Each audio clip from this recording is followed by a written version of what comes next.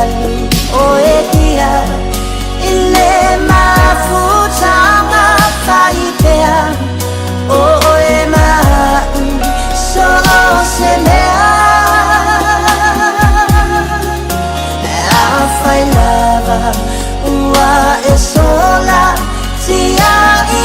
itape yo se bolonga ai ilea elava maso alofa ai ilea elava maso alofa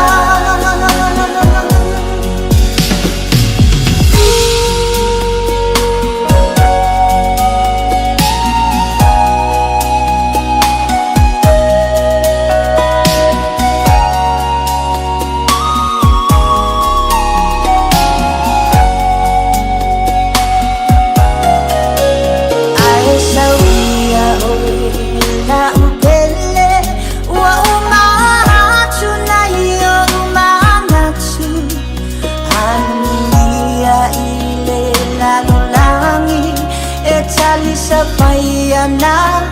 mahulaki le fina ngalo ele sewa ole atu ele fo ifanwa o ualofana ua umaijawa jalo failo ufia fia ole amata talu oekia ile mafuta mafaipea oema so semea afai lava ua esola tia itape yo se bolonga ai ilea elava maso alofa ai ilea elava maso alofa ai ilea elava maso Ua na o le radio Samoa se furulima iwa toru a mo e tautuaina o e ilaungangana fitu aso le vai aso.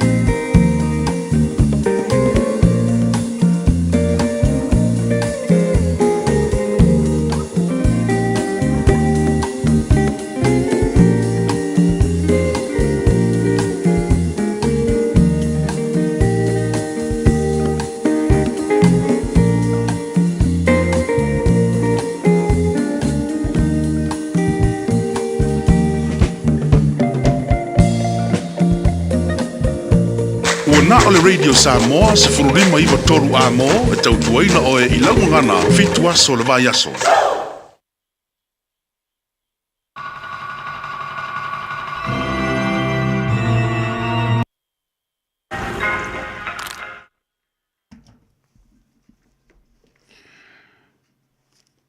Lea le ie ua whai oe ma mea mātou te nonopo ai lea tū pulanga ma lea tū pulanga.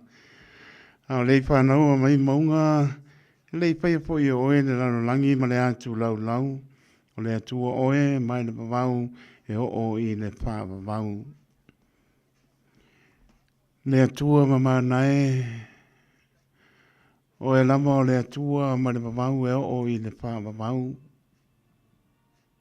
A mātou mana tunatu i loa lofa, e langona le whātau waa o le tangata, vivi impa manum pa tai wa mato wala fai mai le tai au fou we e foai lo lato soifua ma lo mato wola sa to fa ma mo moe pong sa le iloni me tutupu ai le lama o sa o le muri soifua maria o le tunu u lo mato wola o mato iai le aso fou le ola ma le malosi we e foai mai le atua e maise o le matala o mato utu e ngangana ina o vi inga whaapetai alofa whaapetai lo manatu mai ma e tausi ai lo mato bola le pongi sa whanau atu le nama yaso la singa e masani ai o uta ma le tai o le tangata malana e whai manuia mea uma e maise o le tāpua inga i tu asin sino le ato le atunuu matango fie lo lofa o le ngata i leo tāpua inga i malu e fia sa tu pitau whao tau mapa pa le anganga ta ape le manuia i le alofa o lau fio tari tonu o au a fio ngapa i o le sulu i o mātou vai o le māmalama i o mātou wana tāp saina ai lo mātou soifua pa le anganga o mātou soifua maola i le neila no langi le tu mau whaatai le tua i taimi e tau te ai le soifua ma le ola e langona lo pa i mai e te whaamalosi mai mau i ngase o mai lo tino e te whaamalo loi o mātou mai mau i whaano no anga e te whaamaise langona le māwhanawhana whaatai le tua lau mea lofa e whaifua le poto le ata mai e māpau pau tonu ai e maise o le whaonga ina soifua ma le ola e au ai lau fio whaapetai te mao ai ngare tino le ola patne nganga ma lia o mātou loto le atua e langona lama le whātau waa whaapetai sa tau mate le wha moe e le whaingo fie sa tu ina atu pe le au ma le pō la mātou ta talo o no le whontanga sa usuia to tonu o lau ele o si o mātou tunu o mātango fie lo lofa le di ie le aise me ngā se o mātou whaalongoina o whaapofonga i lātou i lo lofa ma lo wanga le lei wa ta ape ma le manuia whaiuina le manuia o lo levi inga a mai a ngā nuenga e whaia e mawalunga lo vi inga e po iatu e leo se ami o tonu e leo se poto e leo se ata mai e wha maoni lo lofa mai te le tu la po ia lava lo mātou wola i taimi uma mātou te mo mia ai so soani whaapetai lau tausi mai na yo mātou tu asin sina tāpea ngai mai e tau wasa mai ni tau manu lui tu tono ne tunu ai te leo tu la po ia lo lato soifua ma lo mātou wola mau lo lato soifua tu ro i le tino sili le anganga whaapetai lau openga venga stofi mo le fola ina o le tana le leia Yesu ke riso le ali ie wani nganga mo oe ma lo malo whaapetai mea uma e te whaasoa mai ina ia soifua ma ola le tangata e ola e lo na vivi a wane i ngalo ia i mātou loa lofa mātou manatu i maliuti ngā o ke riso o loa lofa wha maoni lea na e sauni ai e ale taulanga e tasi ai afe na e sa ili ai le tangata na leiloa ona o le angasala mātou whaapetai sili o loa le pele lea na maliu lunga le sa taulo ona o i mātou o le whanau angasala tu maune vi inga i lau fio nei māso e lea noa talo ai o māptia ma popo ngātia tāpa e fia o le nei lalo langi man nea tunu ia iai le manuia o lau fio tāno fo'i o lau au whaingālu wenga stofi ai maise lau misionare tā lai lo pengalo ia tunu e mamao pa au penga inga le li ile toa ato toa mo mori atu lo pengalo a wani anganga o lo opong sa pea ina ia malama malato tau chino o lo e soifua pea mātou te tāno le li ie si o mātou tunu o i sa mo na lua hale mea a peneta ia iai le manuia o lau fio mātou bala ia i no whanga le li ia e wheloa e pea i mātou i luma o lau silifanga ia mātou te tālo mo lia tāno fo le li ie ne tunu o mātou no pia iai pāli mia marka peneta ia iai le alofa o lau fio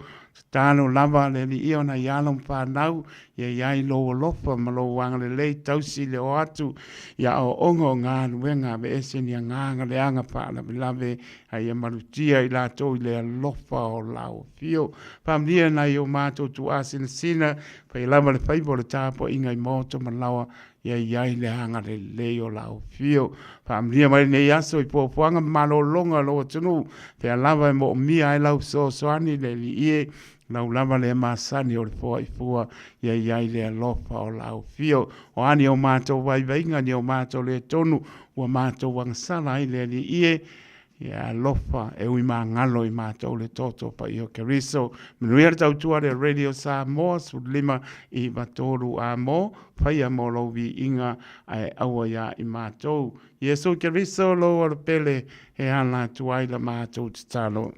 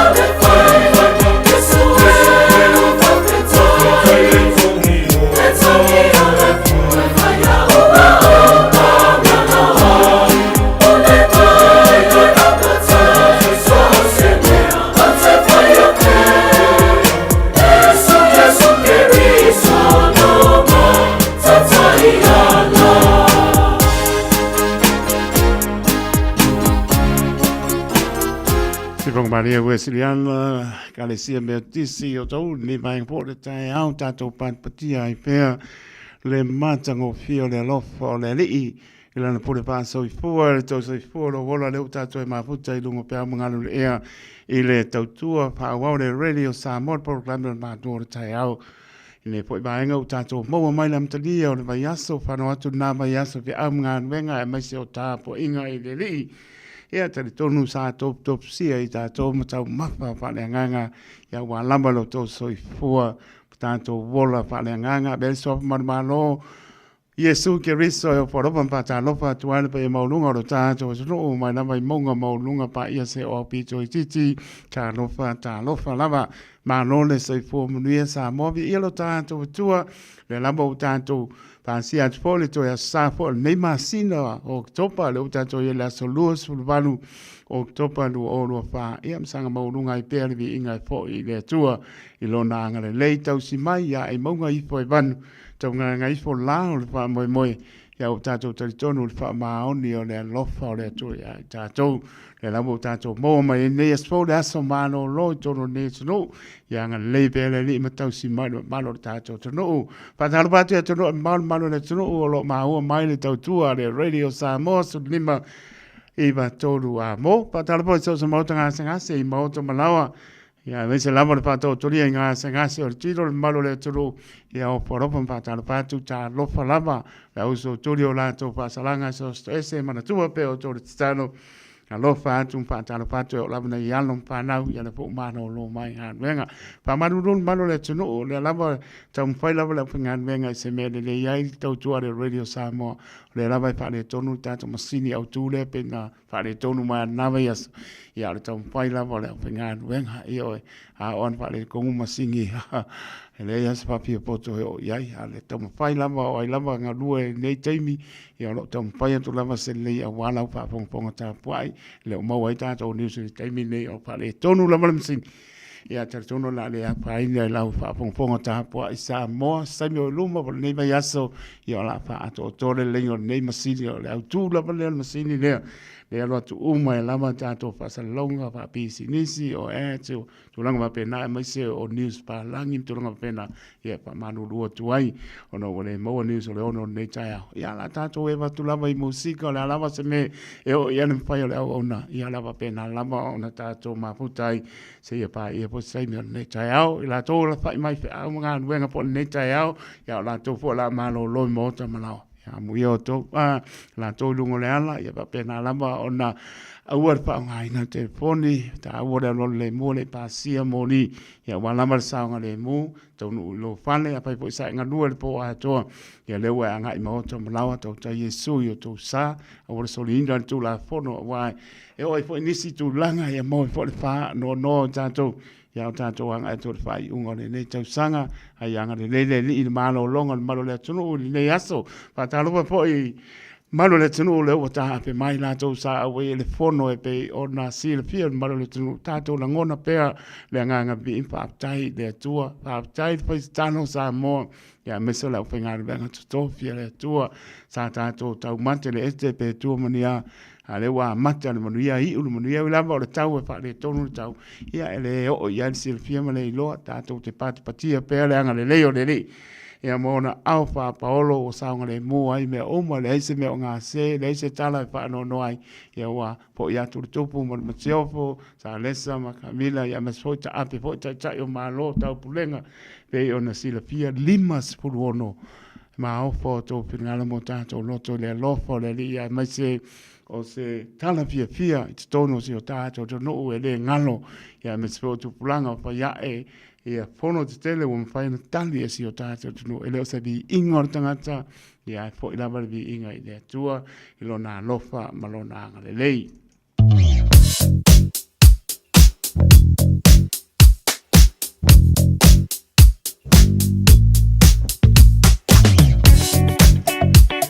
Sa vai e lunga le wala i o lopa pena ona le mole traffic mai Papakura sa wanga i Manureua takanini ana tu i Manukau o se mai ngai lunga no moto weanga i le tau langa matango fie i o le aso mano lo e le o porti i malo le tato tunu i o huingi se tian malu o le tai ao puanga i o whialama wanga i o te ele malo le tunu fai manie o lo le traffic sa mai tai North Shore Consolation Drive matango fie sa Albany anga i lunga le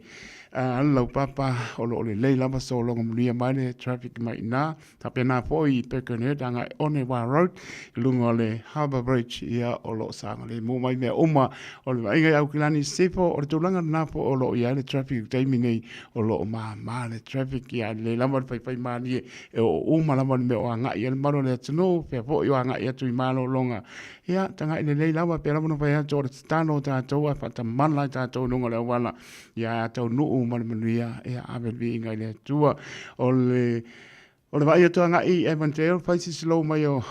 Evandale Great North Road ngai New North Road ia le lava pai mani mai o la to le wa ngai mai tu ni mai motorway Hillsborough ia lai ma ngai al pro mai traffic Hillsborough ngai Mega Bridge ia ngai tu lai ma le ia o la mai ma le traffic o se mai ngai Manukau Road mai pasi aku ia Newmarket o lo ma le traffic apa po ia ngai atu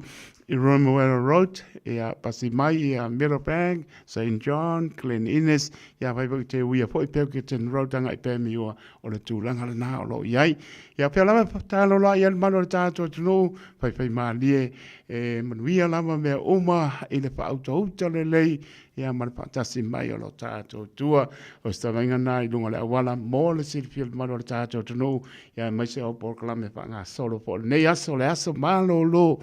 ole lai po weekend la solusu rado wanga tu fa unga ole ne po masina bi yeneli.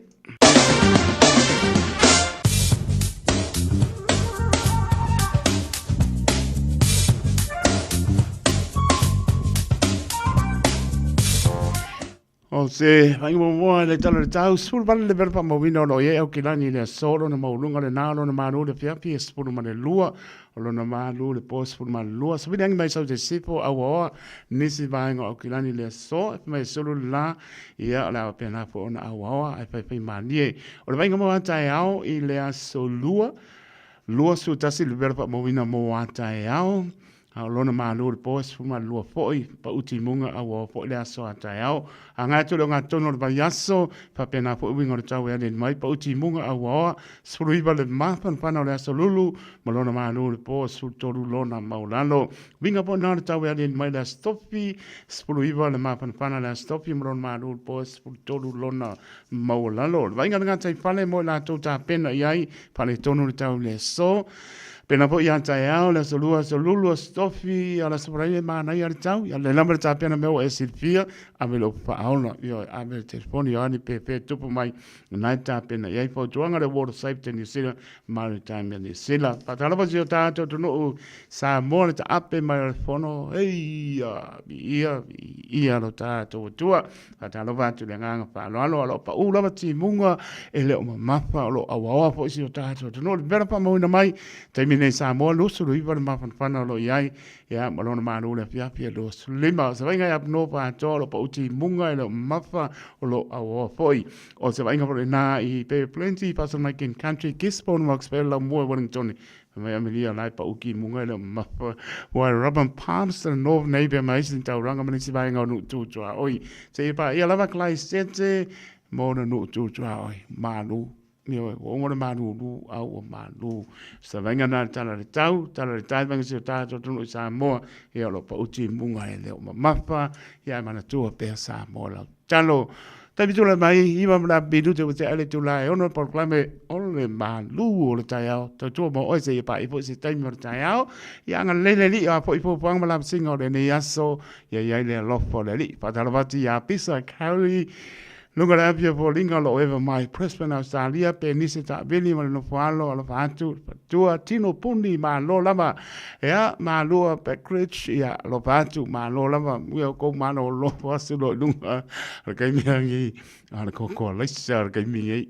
me le ia se me ko po le ngar ko laisa ma le tos e isi me ko ka ngi awa lava ma ko ka un pa le sa ba si mapa me ngapi a sa wa Caroline tuala o mai ia ma lo ma to mai pa ta mosa mai me pone ma ainga pa ta tene lava ma via mai po le weekend pa tai Rita leli ma ainga ia ma lo lava o eva mai sole e fio anga va isu de ma puta mai ia pa ia o pa ia lo fantu otilia la pana ma ainga ia lo fantu mo do isa mo sole ka apel pongo o mortesi ia ma lo lava ka po inga ma lo le tru ia ala faiva ta ta o malor ka peneta le to ngai a mesala to ta to no ia o ta ape ma le manuia ole na sing musika ho la kiki al kemi ia ka sa vali vali ko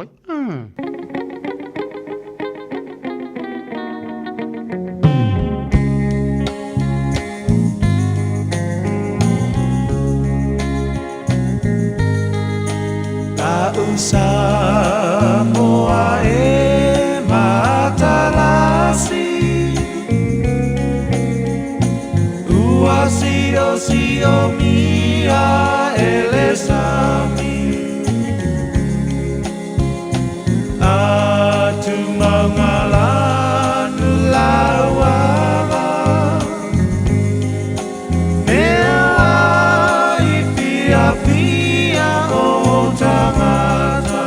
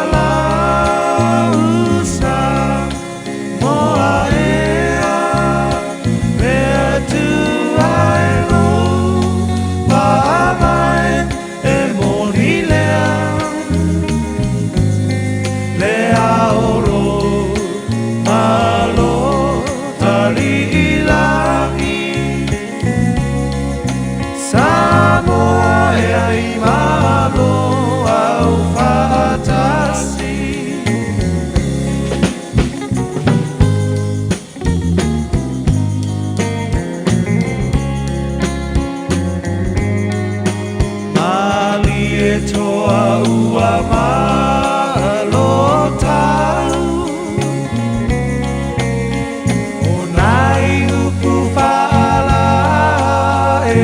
au se mane so tae au Samoa lota wa ia sau Tau Samoa la usa moa ea Fea tu ai lo pa mai e moni lea Lea olo malo tali ilangi Samoa ea i malo au fatasi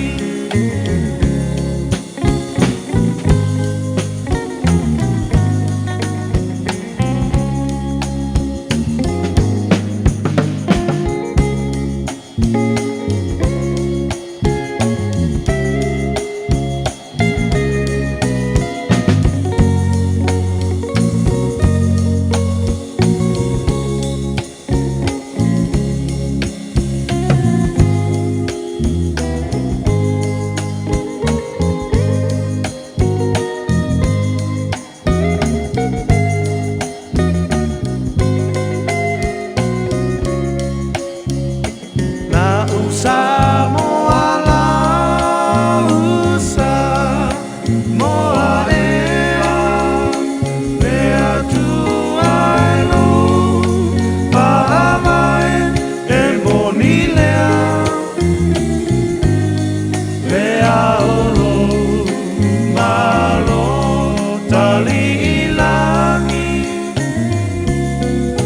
Samoa ea i malo au fatasi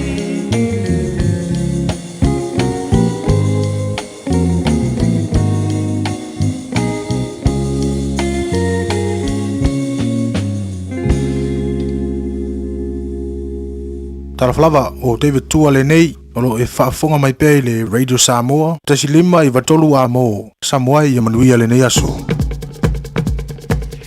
Tavi tula mai, surona mara minute wa te ale tulai ono, tautua le Radio Samoa, por klamera manu o tai au, sui tulanga po, sunga le au au, ia tamai meni, ia mes po langa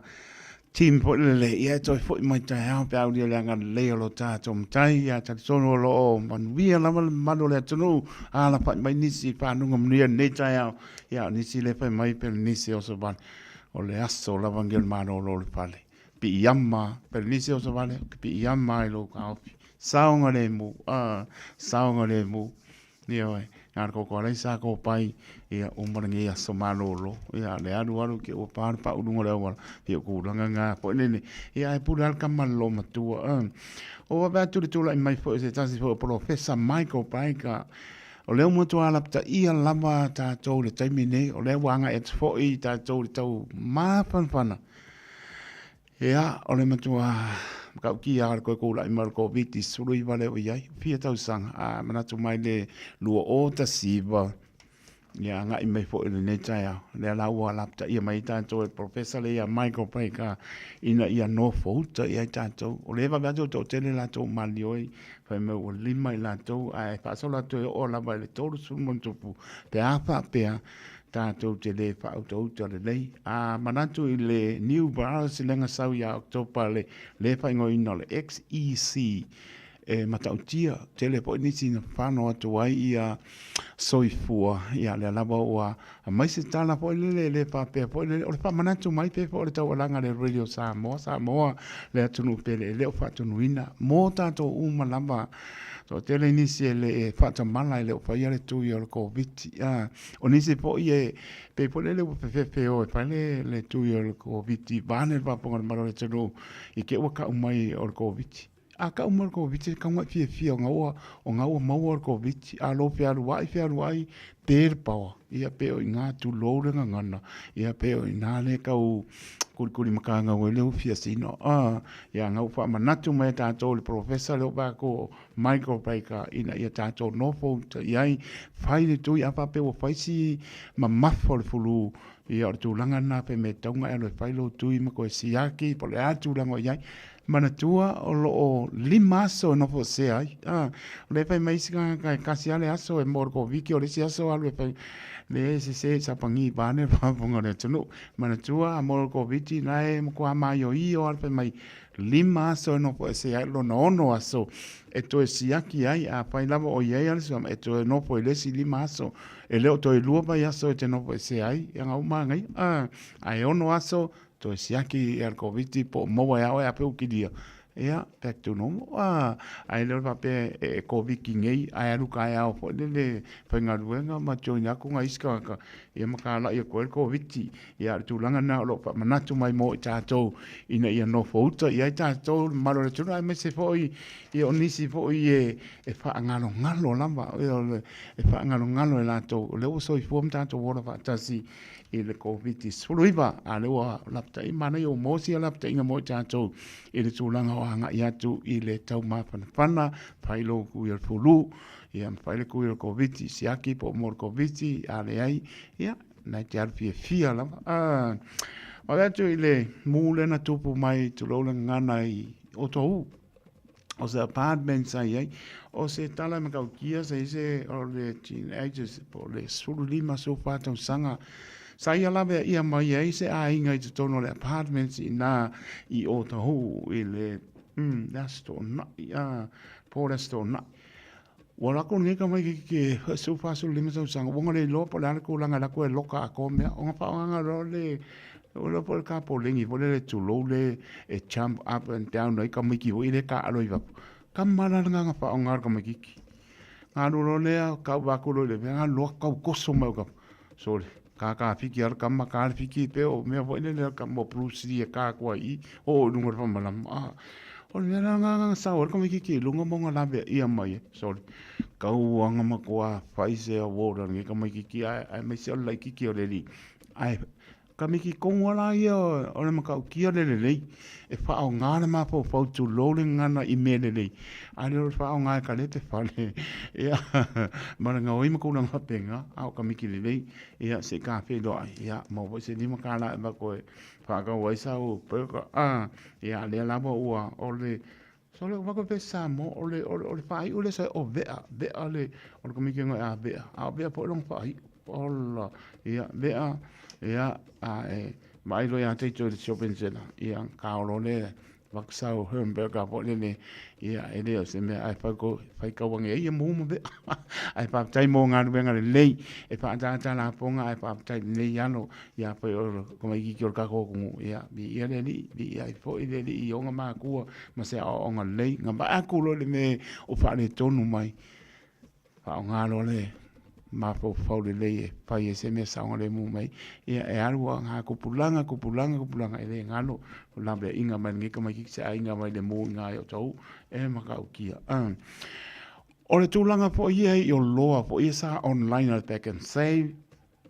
ia o isi fo i fale o loa le New World ia mtulanga pa pena sa ia la online sa ma fai on ka ko wo ia e ka ko ken mau ai me o loa taungo fie e ma fai anga e alu ilunga online ke mau ai ale pa na me ngaua o ko kene le au fai kio ngau ia o fiu so awa ave ese pa lo wa ave ese pa lo o ngala po o sila ma mau la tau pe ua whaka alonga i vai le tūranga no iai e a maua wale maua i fo ila se la ko po fiki de dei ia e pe ar kurang vale tu ma mau le tofa e pe ar sa wa pe ke ru mai wow le po ele se me pe kala yesu papa u ko fa ku de loko vai a venga unha vez ku de loko ko fa agi fa le lo ke u fa ka no ngai vai ka ko wa e no la fa yo no e o mai lo olo ia nga le ngau ni le no kampangi ke le lau fa la fa i abe ese lo ma lunga online le ko mo ka ko le app nga sama sangin ka ko ku ai ma ko langa penga nga mo ai ka ko lo ta ngo fi ai on pole le la ko hanga i va le roi vai fa le i le te ya ka fa longa langu mai ka ko langa penga ai le ai ole lang ka sia uma le pa be vai mai i anga Pacifica le pa sanga online le ai ole sa lang ka sia uma so sengan e la wa ka ko uma ya le kapu le o fai ngai fa le loa ia ma tu lang pale ASP sa pa nga fo i onga ke le se solo nga do complain ai i le o yo ngai ka tu lo ka un fai ako au pe umana ko o le ma se me o ma fai nga kala la ko kupe le weekend ia me se la vai la to o lo te wala to tupe i lunga le Banklea le ASP ia penga polo kaya la to la inga ko lang penga ia o finga ka un fai aku ia na la we spa se ala to kam fai fa le ka ko masingi o ma ko ma ko kupe le se me le pape o ma ko o ia o ko le o ko ngai o ia ma ko kupe ma ko le fai ka la ma ko kupe masingi pe o nai tu langa na sa pa se ai po inisio o le tunu o le ngata o tatou o ni so ngana o no tu langa o le matala po le sp o nai tala na mo nei taimi no ua tu lai mo tatou taimi loso le va berute ua te ai le tu lai ono tu le radio Samoa por kamera ma lu o tai au ya ta tono lo ya ile anga le le la to lunga la wala no fa manatu au fa nga ina telefoni peke le fia e ku wakua yo o ka fa pengo fien fa nga telefoni ai penga ka ia nga ave o mo ka nga se pe ku ranga pa penga au fa nga ina telefoni ke fiwa ka ngo pa o mo to malawa ai a skengi lunga la wala pe ka wi ma pa au ke ia e len ko fo mai le anga le loa ma lu background show mai ia ma lu fo ia tu mo to malawa pe ni se o so vale lo fatu ia pe na fo ia Helen ulola tai ma to mai ia ma ni se ma le atu no malai a me no I ka no fa good morning ia pe na fo ia pizza kalvi alo fa tele atu ma lo fa mai alo fa tele atu ia misa taefu Daniel Petausia e girlie from Cold Ghost ia so if I'm real from tai tere lava alofa ko mo to I prosper Australia pena ia Max so funny ia so ia ete bise officer so if I'm real pa tai na no lava le uspo lo bala umai oneanga pa oneanga nga ko por para na le passivo de ia ka ko ka ngo ska mi lau fa ke a fangi ma ai tina ma tua a ore pasi ngofo le ku ole ave pasi io a ore o ke le ku nga e o ko mai ki vo e pisai ku ma ko pa la ya le ya mio ole na Aaron Silla lo pati a mose lo pati Aaron Silla ya mo pati a mai po mana ainga ya ma na to mo na ma to mai manongi efu ya pa pe tai ma to mai ole na spese le kasi panga salutato por clan si pa e poi stai mi orta e lo fatto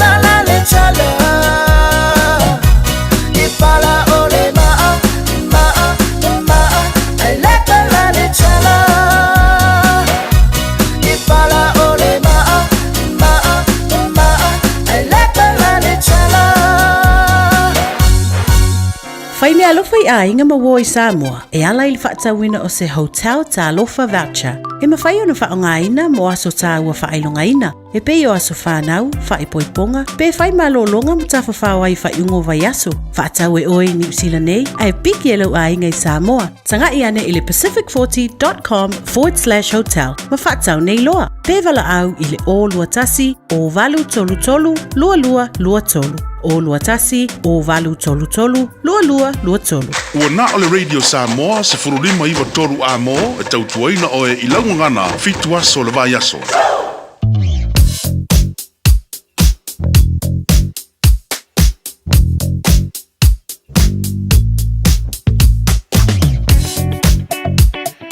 Tavi jole mai loa suleiva biru te ona tāra le tulai fitu, stai vainga lunga le awala. Mai tai Devon Ford ngai lunga I base water pai slow mai traffic la to sa pikino la to sa ia o la to ia sa to pai au kilan to no la le ferry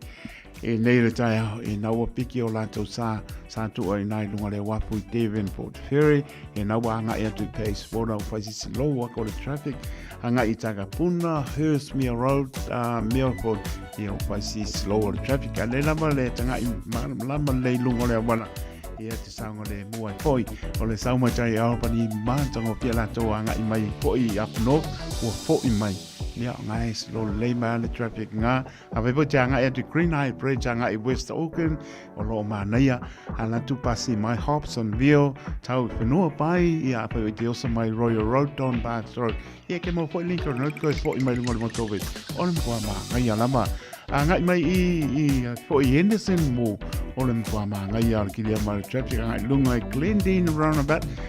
ya ngau ma ngai al pro mai ngai Galston ngai mai Waikato Cemetery ya ele yo ke mi wasi singa sa le ya lo sa ba ngai mai ngai lin mo ya ke mo mai lo inga I Mayora Road I for my Hillsborough motorway ala mo inga ki ngai po I Mangle Bridge ya le lava ngai le lunga le wala sa ngai mo mai tai Simon Street anga I Kaiva Bus Newmarket on kwa ngai ya dia mai traffic se bang na Crafton Bridge lo anga ya tu I mo tanga sengase ia la to ia o doctors manus wanga atu nga lui ia mai la to fo yo atu ia kasi mele kala kai mo o asi singa ai fa si bloka mo Crafton Bridge ia ngau si fiel maro ta to da nga foi il mo tanga sengase au kinani Sawi manuka road tanga I Queenstown o neanga ma ngai flow mo trip I Mangle Bridge pasi o neanga wharf ia pa po tanga I mai Pakuranga Highway Ellerslie Highway Mount Wellington Highway ma ngai flow traffic Silver Park ma sang yang pisi nga ya usi le fiel malo le tunu e pai ta to pa to na ele kana inga ta kan se te mine ya nga u pai ko isi pa bia to la to so e ka pa ka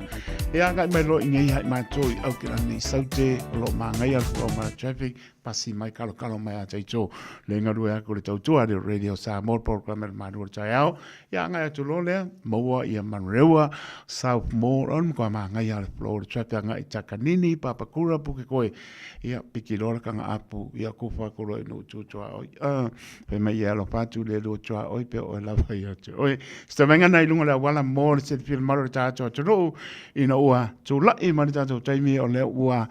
so e los furono minute ona ta le fitu ia pe lava no pe atu a pai o yeni news le fitu e pe o le lava pa le tonu ta to main computer le o lo on pai na va to ai foi a pai lava nga ka ku ka ko ads pa salong pa business ia la tam pai lava le ona se le ai ia lo pai mai lava ia le pole ia tonu to o mai insigne se kain po nga ngei ia por taimi a taiao ia pole aso lulu fo ia stai mala to pa le ia ti le tato main computer le lo ku ka ko nga luenga o lava nga lue ia la kam pai lava se me sili nei fa malia ina lau tapo ina Samoa ai anga le ila singo le nei aso le lu fa fo mo le pale fa mria le malo tato tunu ia ma fo nga lava la penga yai mo ia po lau tapo inga le atole tunu ai mai se na yo tamana yo tina fa te tele lava lau tapo inga lo fa te to mo to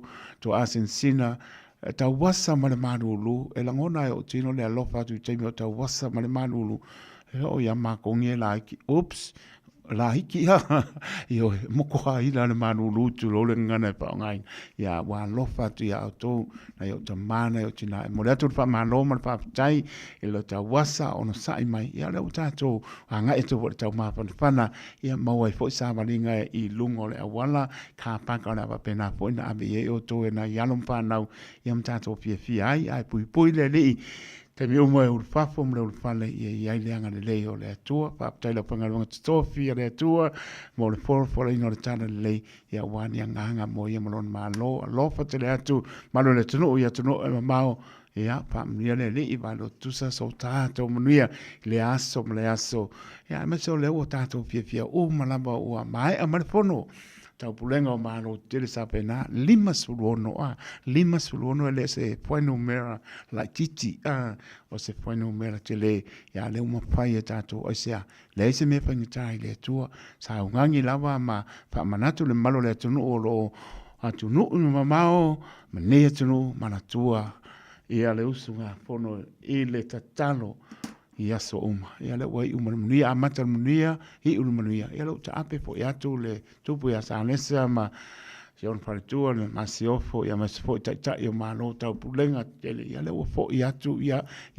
our lofo le li ia mfata nuina ai munia fo ile tali mau mai pa ni mea mar kapineta munia ngalo ngai el malo sa mo e masfo ile tu ngai ia mara to si o tato no le pa ngalo stofi lo pa muli mai la ele so fo ai mo vola ai pa munia le tua pa darvati a penise so vale pa tai pena po ia bea tau longo ia malo lava pena po ia miu fa amosa pa tai tele lava pa lo lava leva mai lo te atu ya misi Aaron Sila alo fa ya Moses yo pa ya Moses apa ya kulo ya nunga no lai ale fa ko kani mai mai ola aru pa pe e ngai marangi ku pusori ka lai no ne li kuro lunga maru lo cornito mai li kano pai so uso o eva mai ka lai seke alo pa tu cornito mai le ya malo lava pa tai la minute un atu dato proclame a retro le ola e lava teu fa Samoa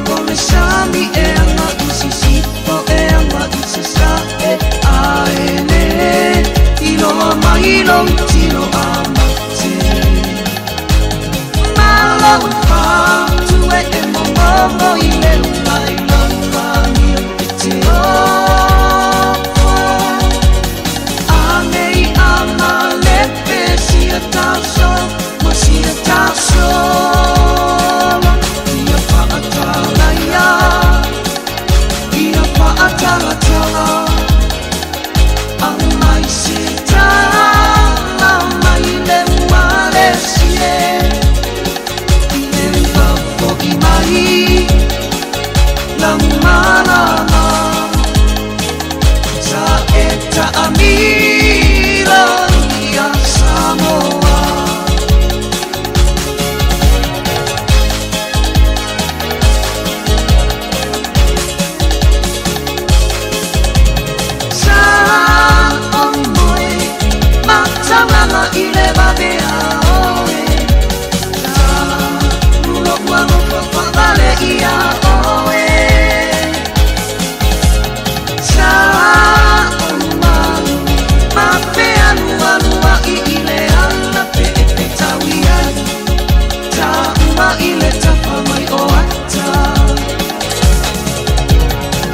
ema e ita ile ala I isa sa Betawi matanga tato e mo iana I isi sipo Ta ino Isia mea whaara le walea Wa ena mea tele Ile lau lewa o tere kea Tamo e ita ile ala I isa sa Betawi matanga tato e po iana I isi sipo Ta ino Isia mea whaara le walea Wa ena mea tele Ile lau lewa o tere kea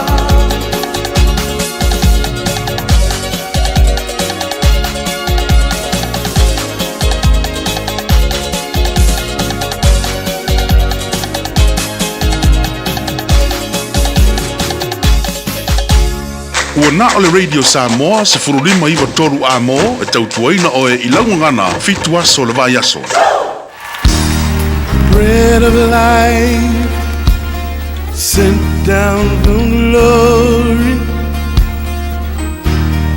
Many things you were on earth,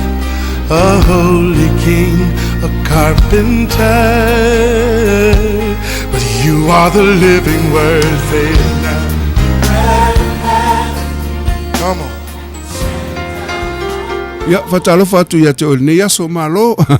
malo lava faaftai le atua o nei avanoa o se fiafianga o te lofo e te le I whalongo fua mai o nai e le anganga o le atua tu I laulotu ina ia e ki mai lau le tio ia le watu sina upu mo oe o le fionga le atua wha mai le lua ti Timoteo mta upu e tolu a lon wha ipa suma le ono o tusi pa ia umalava e mai le anganga o le atua ia e au ngā fo ia e aoa oai e aoa iai e whaatonu ai e whaapoto ai fo I le ami o tonu ina ia ato atoa na le lei ai o le tangata o le atua ia saunia lava ia I ngā luenga le lei umalawa o lo umie e ulima le tusi e sili o na peise masterpiece o le tusi e sili o ta ua le laulangi number 1 seller the best in the world o le matua tele o tangata ua li liwina le tusi nei o le tusi nei o le tusi alofa Yesu ia te oe o lo tau mai ai polo kalame le atua mai le kenese mua e tau le whaalinga luasun malua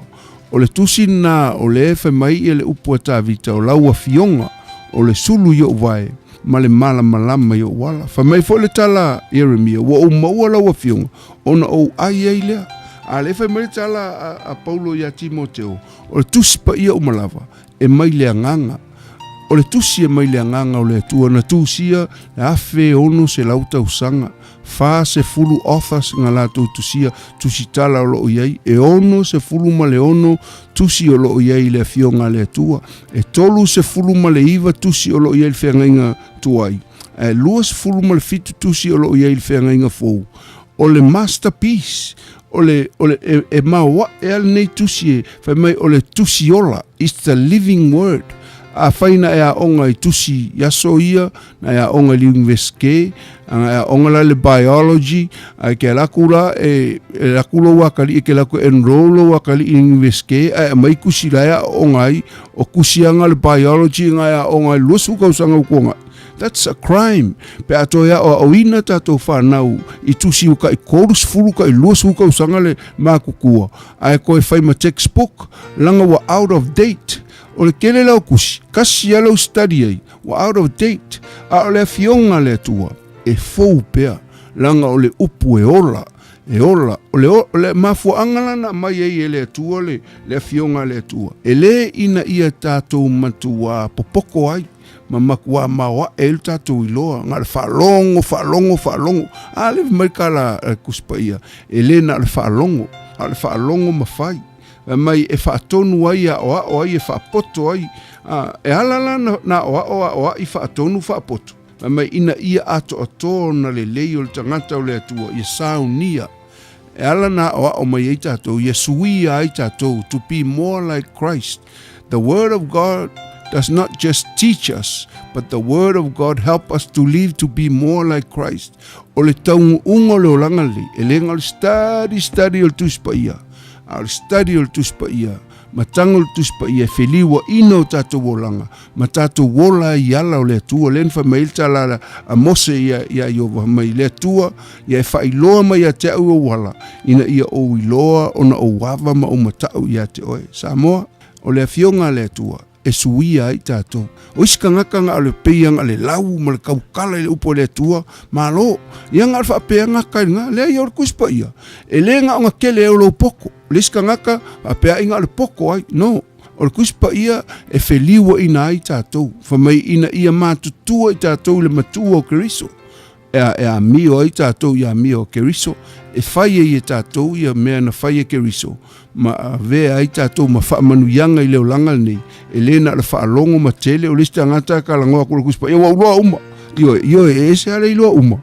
ua e whaakingo se me se kasi ilo wolanga. Ia o le na fionga na le atua, na mai e whaim whaamanuianga ia te oe, whaamanuia le atua ia te oe sa mole nei asu, suafo Yesu, amen.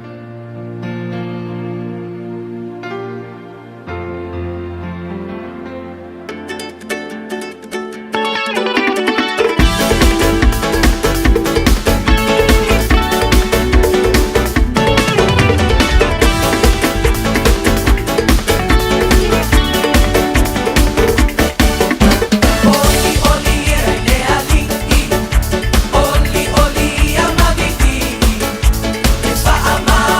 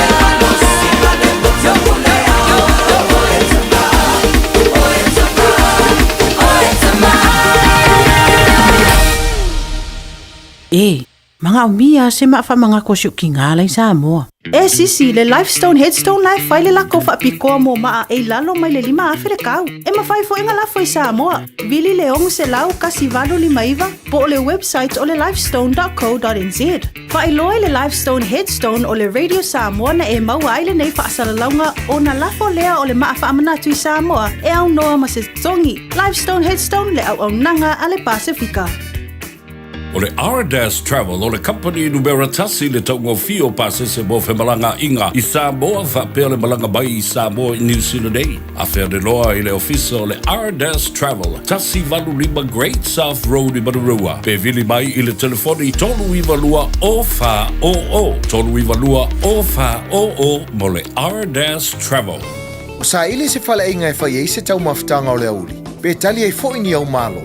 Susuma i le Sandbell Buffet, o le a whaamalia ina lo fina ngalo i tau mafa o saunia le limo oe. Tuatu si Iva Atkinson Avenue i Otahuhu. Lunch mai le sfurtasi i le lua i le awauli. Telefoni lua lima iva, fa o o. Lua lima iva, fa o o. O lua fitu, lua ono, iva o lua tasi. O lua fitu, lua ono, iva o lua tasi.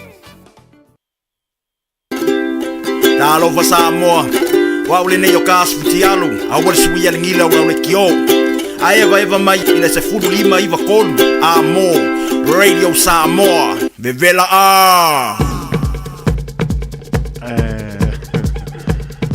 Vevela le malulu.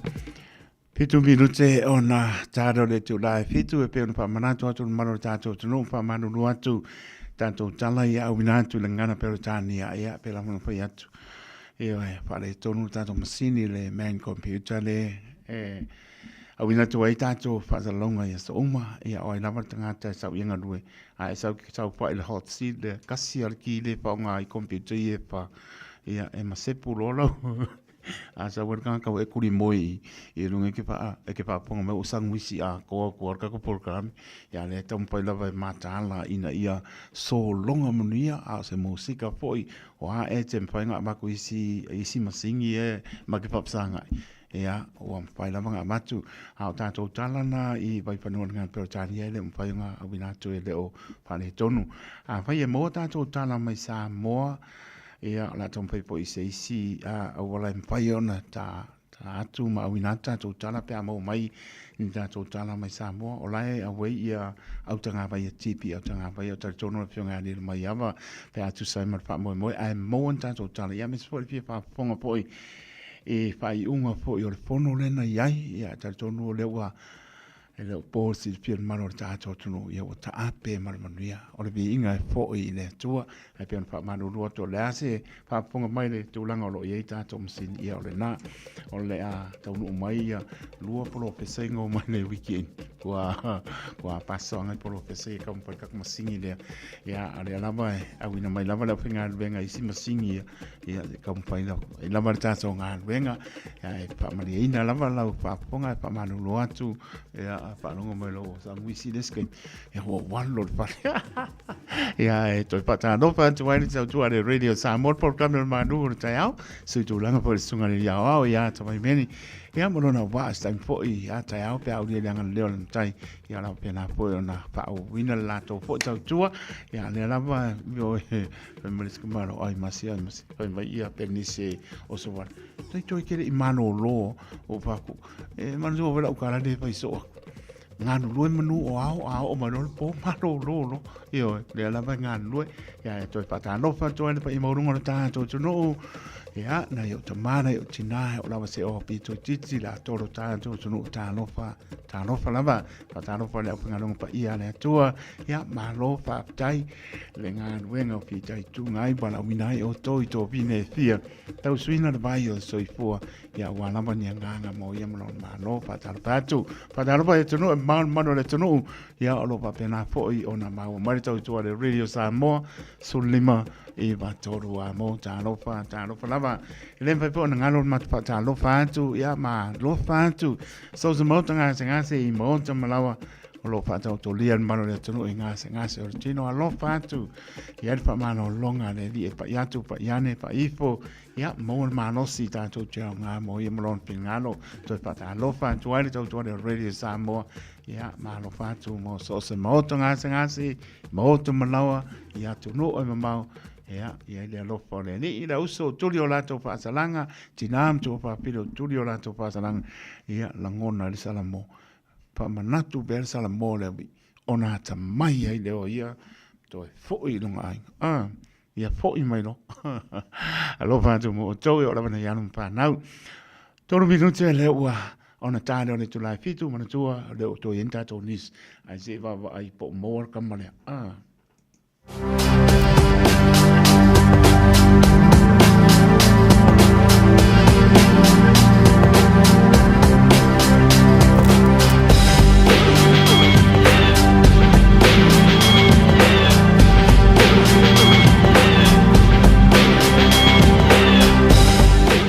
so le solusul manu ne tausanga sa siva no fitu luso ro oktoba ia la so fuole te mai tai to ua ta lini yato fo ia ti fanga o Julia Roberts ronasa so fuole makupulanga te siva no fitu luso ro oktoba ia le so fuo mo te mai tai le to ua fo ia ti fanga o Julia Roberts o le mama ia tu ile tasi ono to ono luso ro oktoba ia o lea lana whaamaina ai le Universite po lele i Amerika i o le Harvard ua ngā sole meo maururunga o buildings o le Universite i Amerika le whaingoina o le Harvard o le tasiono torongo sole o le kaimeo ngoa ma le kaimeo a kamule whaamaina ai le Universite i Amerika whaingoina o le Harvard tasiono torongo mena na tupu i tausanga o tona i atu ina ua tula i maritato taimi o le ua toe 2 minute o na tāre o le tula i fitu tautua le Radio Samoa so lima i watoru a mo por kamera manu o tai au patalabatu ia miu wha amosa ma lo lava lewa mai miu mare ainga ia whaapitai ia whatua ia mea lii alo pūlo ua mai o le whatua mano whaalo mea lii alo tere atu penise o savane ia maalo o le na kau sami koko pai o le aire pangu pai maalo se uso ia korinito mai le motu o isole o le moko pipiang le ai o le motu o ke riso kala iskeke mono nu tu ai ro vantu korinito mai lei mai ainga lo vatua ia akenese vai ula liu le vaenga alo patele atu manuia tai au pero vai apita tu nai ia manuia po le tai au alo patele atu ia mangisi ho le ke o harus ka ko pese pa po winga tanielu ia malo usunga wenga po ngai ke ka nguru ngai pa patoi soi pa po winga tanielu mana ainga pa tai mana tu mai alo patele atu manuia po panga le holiday ia ai po mais io o morales ka ko pese ia ka ko anga e kwale i skulanga sona 274 ma no so po la fiona tai to pa tai ia lo fa fo i manu po po anga ne yaso ia lo fa fo ia Juliana Ali voi konnichiwa kumbangwa io a sa wa singa ia fa singa ku lo de ya tu pizza gauli o mai ia pa tai tele lava pizza gauli lo fa tele atu manu po i fa tai to anga le mai lo fa ta va pizza kauri mana ainga manuia po ngara tai au no o sana ro pati ka no fai California o le wa songa fua mato ia manuia to sa pati manuia le anga ia tu o le loku ai le ba mai le likio ai ngaro ka po inga no sana ro pati mo to California manuia le anga atu sa pati sa ninga serina se osi lo fantu fantua io ngalo ia kama ngamo ma ko serina se osi le ngalo kama mo manga ku lo fatu mo mano falo Agnes Billy o mai lo fatelatu saini tu la epa ia lo fatelatu o ma tamali ia mano la mo lo maputa mai sini ia anga lepe le li mo to lo fatelatu mo to nei musica panga solo tato proclama le tau ma no te au tai se lo to le ona tato maputa se pa ia po se taimi o le ba ui ana manga ia o ka po le ba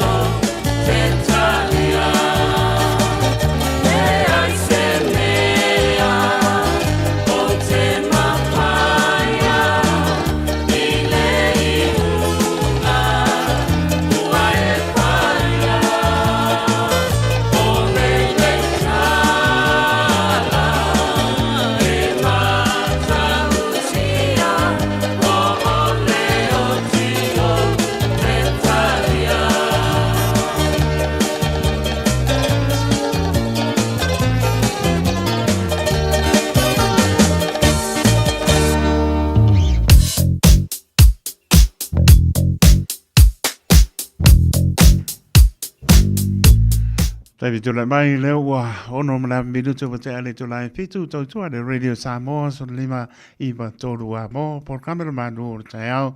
so tono lo mnia manu le tu al pa mai fa no mnia ya me so le aso manu los mai ngai dungo le wala o le tulimanu o Lake Road and Old Lake Road i Pace Water ia o ngai pe ia singa ka mai kan wanga ngai ka balenga nga pa si poroka a me se la to le anga mai Devonport Ferry ia to na pe mani mai o ngai pe si poroka nga ka vale o ngai pe se la ko po la po nga we li mano ia me le se me fa po le nai lo to price to track a be se fa va ia ngai so wal chop ia mai ngai Devonport Ferry la to piki ina o la to sa ia nga moem ko fa ia ki dangi o ako le ferry ia piki ala ta mane ane angai mai Takapuna George Milford ma angai mai Glenfield ma sango ki o se anga po angai Consolation Drive angai mai ngora motorway Harbour Bridge ia o lo pai lava se ma ngai mai ma traffic o le ngai mai Birkenhead ma Birkdale ngai atu i Onewa Road ia ngai al flow ko traffic ngai lunga i le ala lau papa ia pepe mani e o umani mo ngai mo le tunu o se vai ngai Victoria Panga le tauranga mai lunga le Harbour Bridge ia o ngai am kwa ki dia ma pe ngar kasi lu ko ka avale la o mai ia ngau ka pe mo na ko ma tanga sa pai i le siji po a ko ia le lava tanga i ma le lunga le wala sa ngole mu o la ngai atu ngai college here ngai Jervis Road ngai Herne Bay ala ko ngai Westwood Road ngai Westmere ma ngai ale ma le floor traffic ngai na ko ngai te mo lo la pun se valia do ngovinga ia wa ngai Great North Road mo e lo le Waterview Street ngai Evandale Spider ia mo la plani sipo a me to fo mai Western Spring ngai Great North Road i Crayline o lo ma nei ale ma le traffic ngai le tau langa ia o sautai Simon Street ngai kai papas Rimwell Road in Newmarket and like Manuka Road Green Lane runabout lunga the motorway on him kwa mangaia io e ko kele la tolo face mano longa lo ma traffic so mai Ellerslie Highway Mount Wellington Highway anga lunga the motorway on him kwa ka pa ia pe o mai le se me pa pole nai so lo lunga the motorway face si lo mai o Chapel Road anga i rangi i ana ua Silvia Uma i la tō e ala lai lepi tono i ngā i Potney ma Danny Mora i a pena wai pakuranga ngai mai i Harris Road i a le lamar pai maa lie sau loi luma ia mākou pasi mai o tara le pai mai ia a pionga le au pepe ia o le lau mua ngā ngisila o tara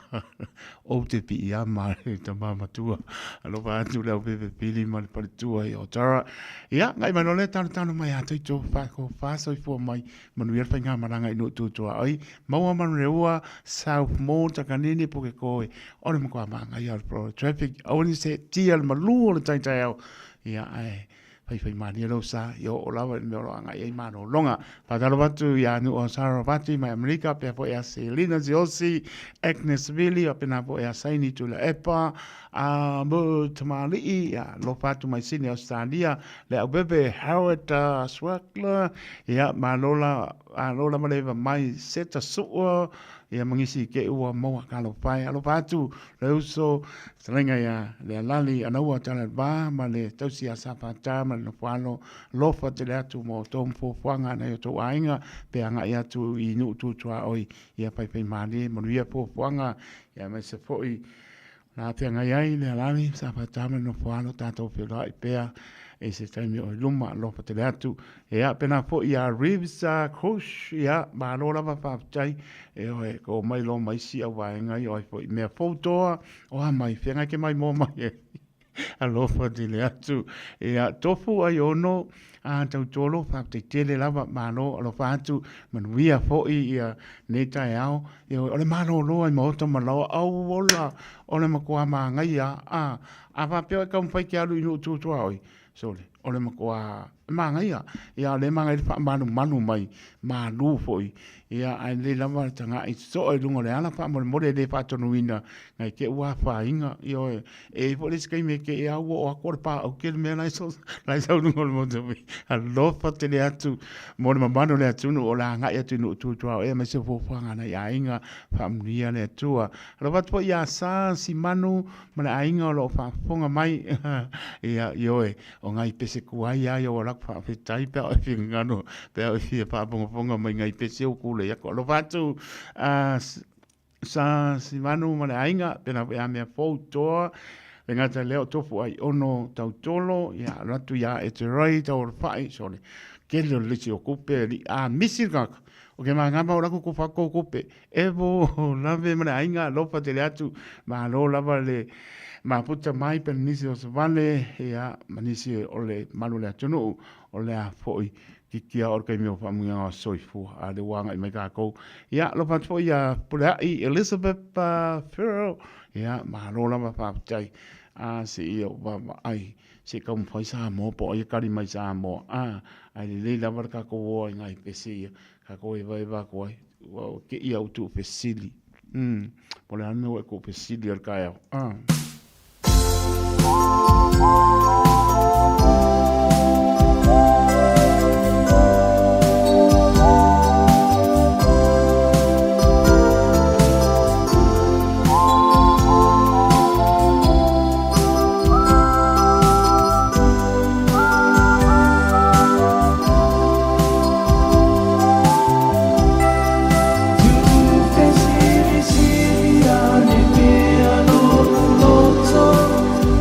I see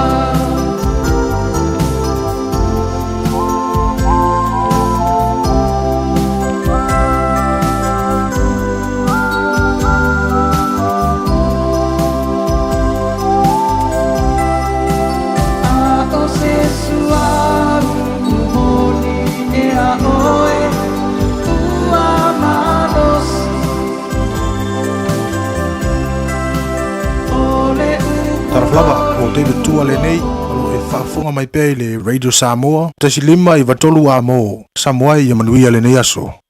Just think a minute. It could change everything.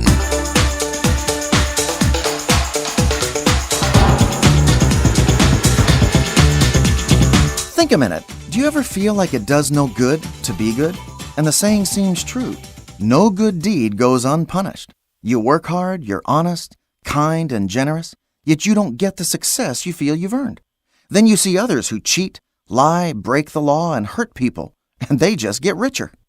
Good people suffer, and bad people succeed. And you start to wonder, why even try to do the right thing?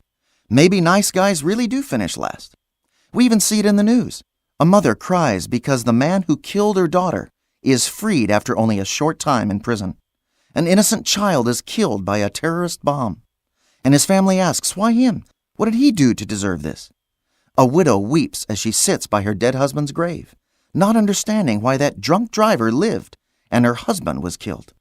We just don't understand why God doesn't make things right now. We feel like a delay of justice is no justice. But we forget one important thing. If God treated us all justly and gave us what we really deserve, then all of us would be judged and punished, because none of us is perfect. We've all done wrong, unfair things to others. We've all cheated a little, lied a little, and hurt others a little. A wise teacher was asked why bad things happen to good people, and he answered, I haven't met any truly good people yet, so I don't know. In one way or another, we've all failed to live the way we know we should. You see, this is why God became a human being,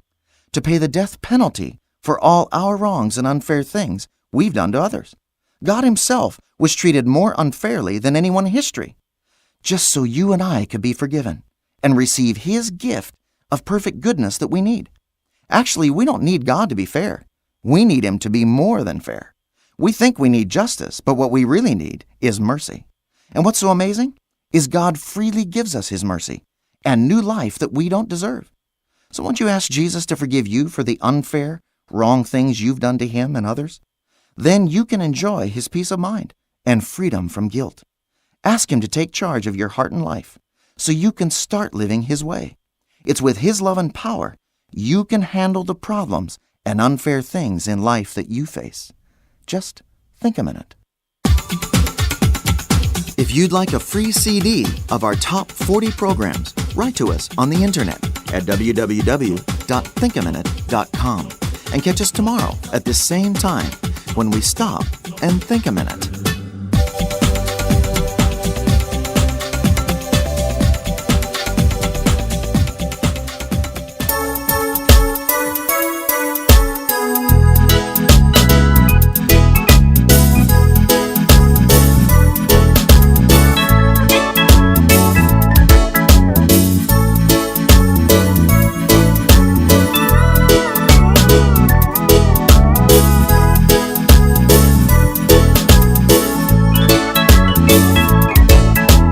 Happiness and joy, it's in my life tonight. For the first time I feel everything's gonna be alright. For as much as I found what dreams are made of, now I'm sailing on a sea of His love.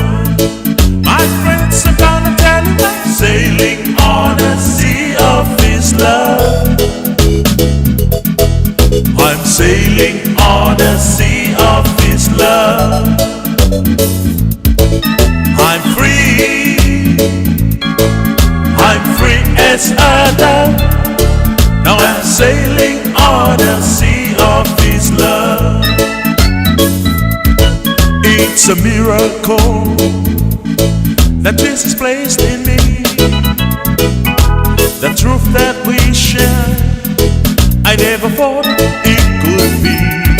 He taken me to new heights above. Now I'm sailing on a sea of His love. My friends are gonna tell you I'm sailing on a sea of His love. I'm sailing on a sea of His love.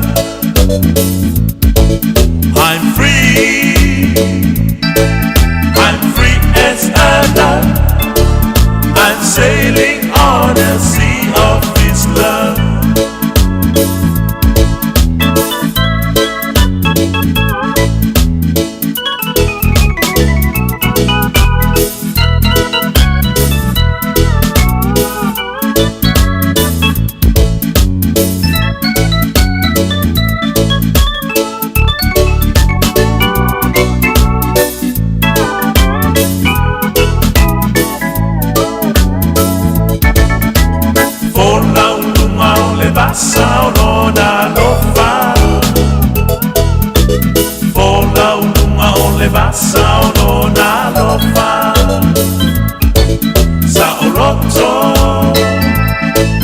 Sa oloto e pe o se lupe Fola una o le basa ono na lofa My friends are gonna tell him I'm sailing on a sea of his love I'm sailing on a sea of his love I'm free as a dove I'm sailing on a sea of his love I'm sailing on a sea of his love I'm sailing on a sea of his love I'm free as a dove I'm sailing on a sea of his love Sailing on the sea of his love, po lau lunga le masa o rona lofa, si pong mani o sunga abili yeru, pa mai atu le tanto proclame think a minute, a wina atu le ngana pero ta nias pa ponga le aso ata au pe ata ato dia, i le lofa maranga leo lo tato tua. Taimi tu le mai luas, po wha mi lute po te ane tu lai fitu, tau tua le Radio Samoa, su lima iwa toru a mo, proclame le manu o le tai au, tau tua mo ose i pa ia poi, ia se taimi o le nei tai au, tau tonu o lo manuia na manu o le tātou tunu, u lama na pa manu manu mai, le o pa usi timu le taimi nei, tau tonu o lo o whiangai pea, manu le tunu, manu o longa, manu o wha taimi ia le ni, nispo o manei fua mai, whanu o manuia, i a awa lopo le ni, Rabi inga lawe po i le atua i lona anga le lei tausi mai po misa ta tō wham tātou moe ai le loni mea tupu ai a la pai mani tai au manino lama o tātou whapo i lona vi inga wono mea matatau le vi inga e po i atu i ate ia e maa lo whapitai o le mauso ta inga ma le whiunga a nil mai ava a mai na vai ia pe ona si le piai foi ia wanga ia foi ia autanga ve tipi pe sanga manu lo ia o mo fono len pai ia sa wa pe mo se patal noanga male kenga ni mai yava a mai na vai ia ola la ka ngut ka kangi ia lai pa ponga vai ali mo ia bala kangi va pe oi o mo pongo mo ma ko pise yo ka ia ia ele mo pa ia sole ni a pe le mo ni sta totala mai sa mo ia la mai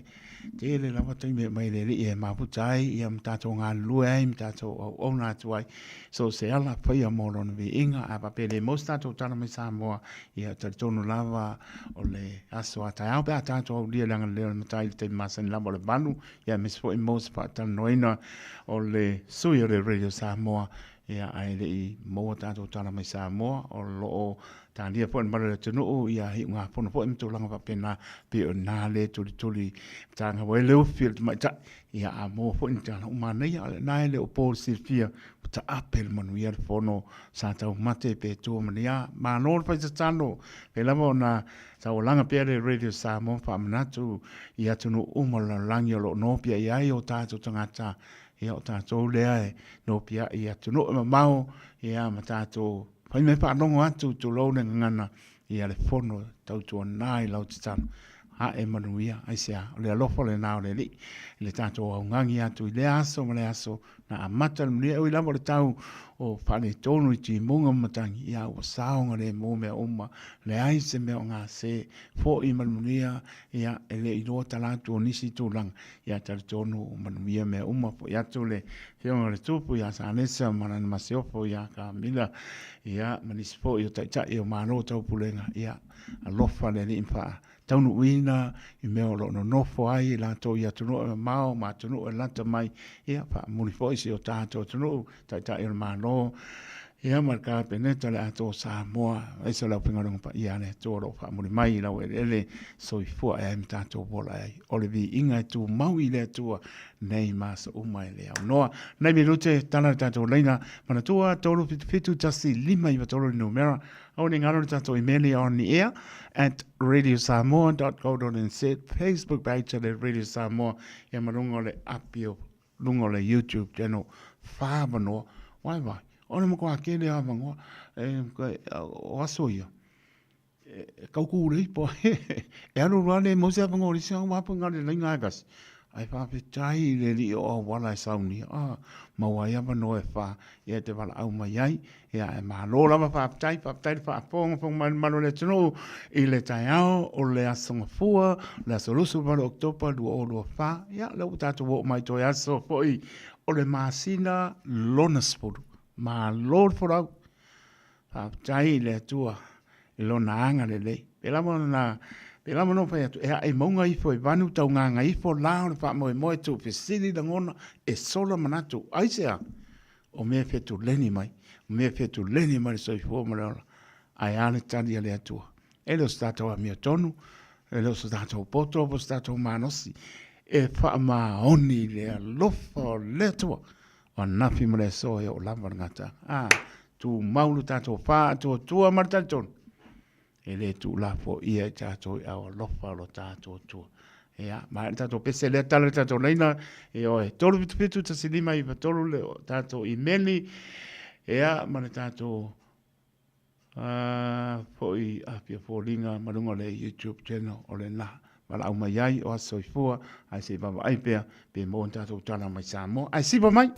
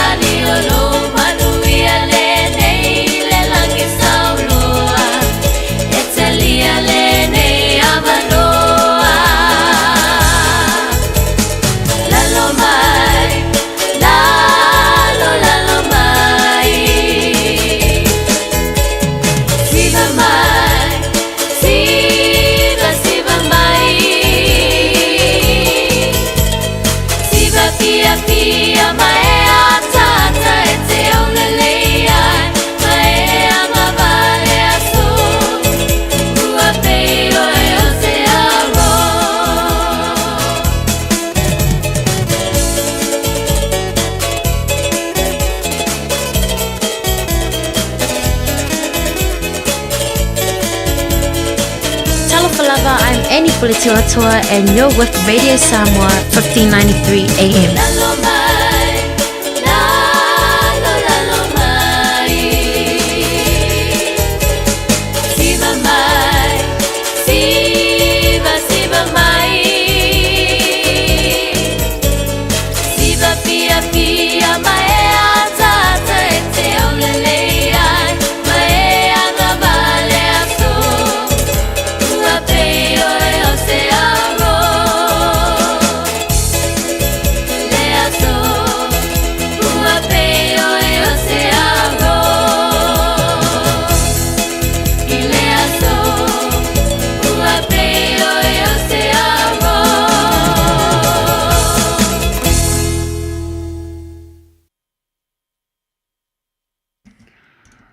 Tai vitore mai, luas puloro minute ona tāre o le tūlai. Walu, nau tala tātou leina, tōru fitu tasi lima i watoru numera, pala au mai ei o aso i pua, tātou i meni nau silfia, ma le api o pōringa ma le ngang whaaloalo.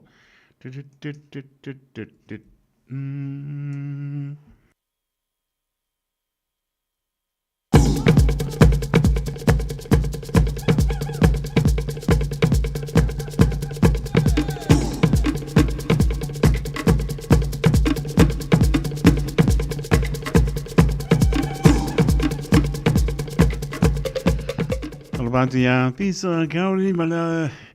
ainga mai ko Coast Brisbane Australia pena poia pa vale le fu semi pernisio vale manola pa tai pula Elizabeth Firo ya li just see any bao mala ainga ya manola pa tai ya no nota to leina o soi fu pa mole mole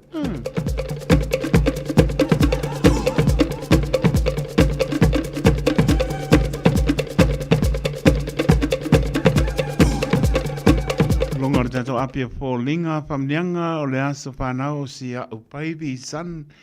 i a Ruben Lawaki namula ulu tivoli o Dunedin. I amanuia tele lo aso whanau san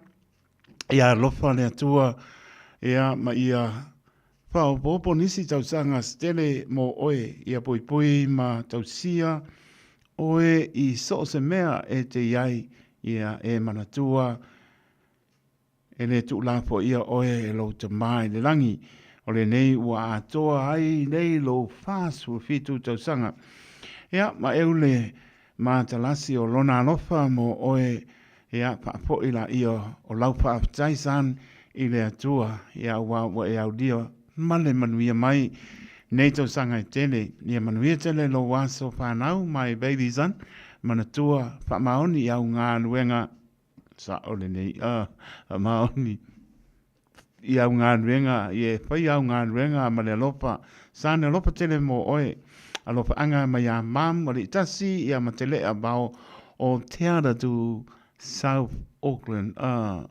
West Auckland God bless pa aptai mo le loas pa nau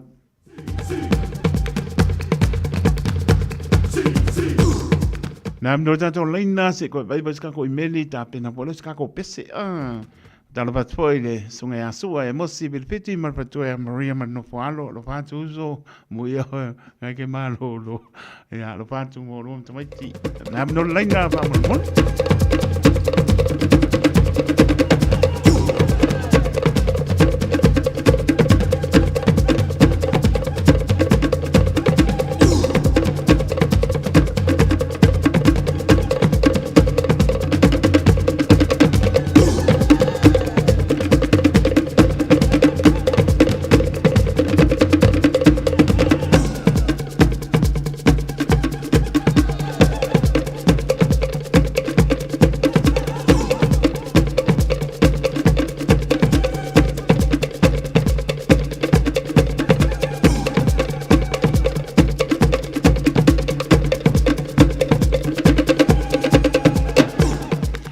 no tato leina, tato i meni mo le luas full secone, fatalo watu e penisi o savale, fa mai taito lo whaanga fia moriantu, se au whanau, ea ngai o ainga o lo o maputa mai Samoa, Australia, mene sila nei, ea lo whatu mo to uma, ea lo whaanga nā mai a penisi o savale, ea o le na, lo fatu po i ano noa te pora tabita ma le ainga lo fa te la io ano ma lo anga wale ka le nga ko a soi fo a na no ta so rein a se i ave lo fa ke le lisi okupe le sa ya lo te la tu a fui maono fulutone tito ma lo lava pa taile ma mai lo te la tu manuiale ma no longa ne aso le fianga le pepe Pilione, Tinonga, Malpatua, Masina, ya lo fatu mo olua man no falo, au pepe, manuia fo i ya malo longo ne tai au, ya, tato wo leina. Ano la malon sai mai ta lopa? Ya, se ko mangia la sungo, tau taia po tako po klameniva, tai au. Ya malo la malo usu mai, ya no mo ta no. Ta sega la valo, bre po mai po tangua le malanga le tuai le pagule. Se fumo ka tu wola ni tai au pa po po yo asu ka talon. Se fumo me se o na ngai le tu. Ai. Okay. Adala fa tu ila wasianga. Ia o le famalianga e vati pa nai o se pa na. La sone a ko ka di mata usanga pa nga wa pa. Le ile o sayon siona le lua. Lima tausanga ia lo malanga Samoa. Sa mna tena lima tausanga. Ia mare malo. Pala pakili o le se watali. Ia sama ke pai tala le lua ia lawe estadia. E uina vala ino pa. Ai le wal titola au matua. O e talon tausia e la tu kwa. Ia awala van ia se lave e whakitau le tipo leo laka nei. Kala kipa ia o kato whanau o liwe le runga la a whanau kato whanau o le whare liki le uro to i. Io talo le yaso ia ngā leile tua mo pena losi a mesi ti pui ma ngā leile tua. O so wino la to tino mai wha ia a mese ia bawalu mna a ti sai makirunga le tua ia lofa te le atu ia ronana ia kuia le lua a mese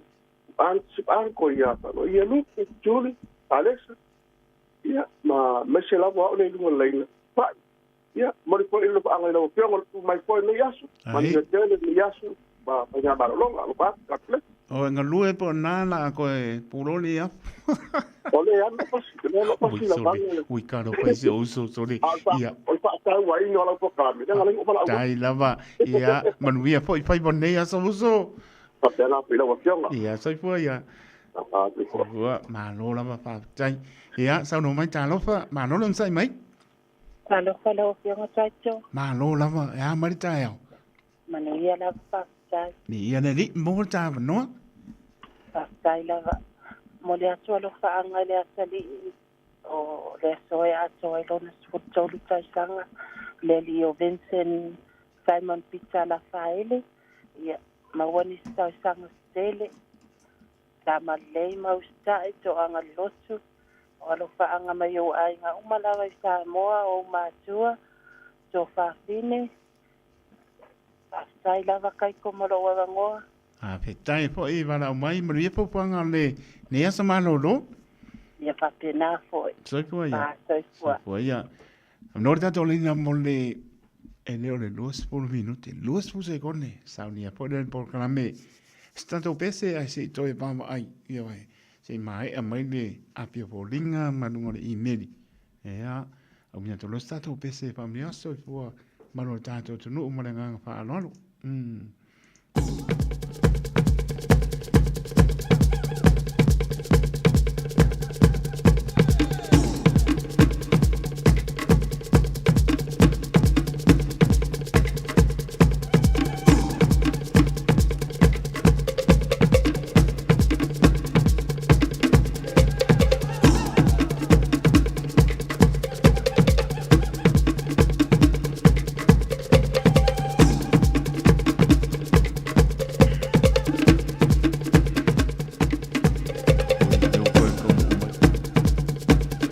No sai fua ta no pa.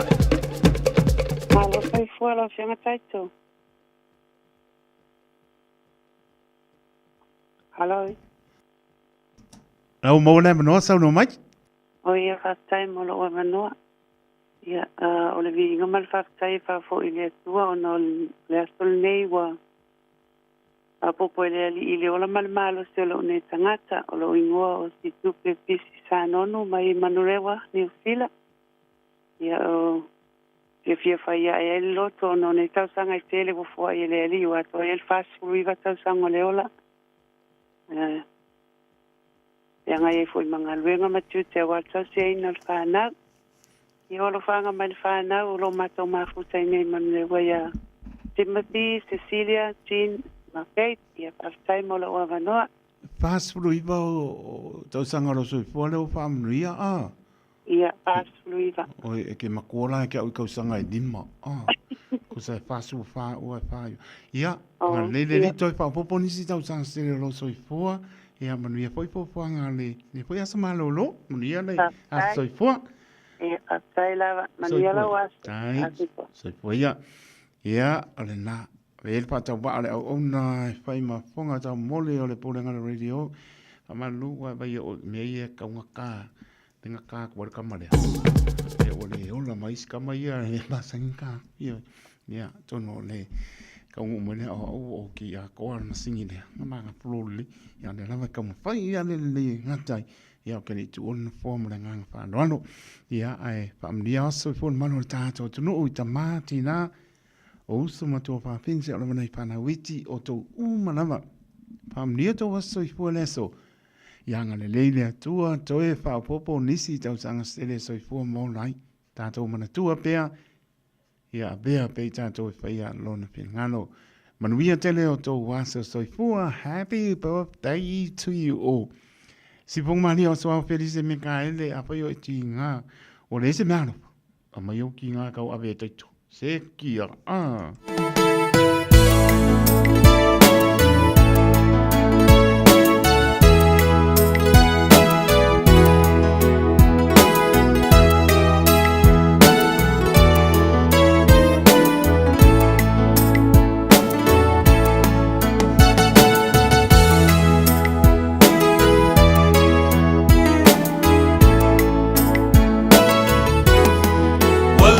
Matala o fungala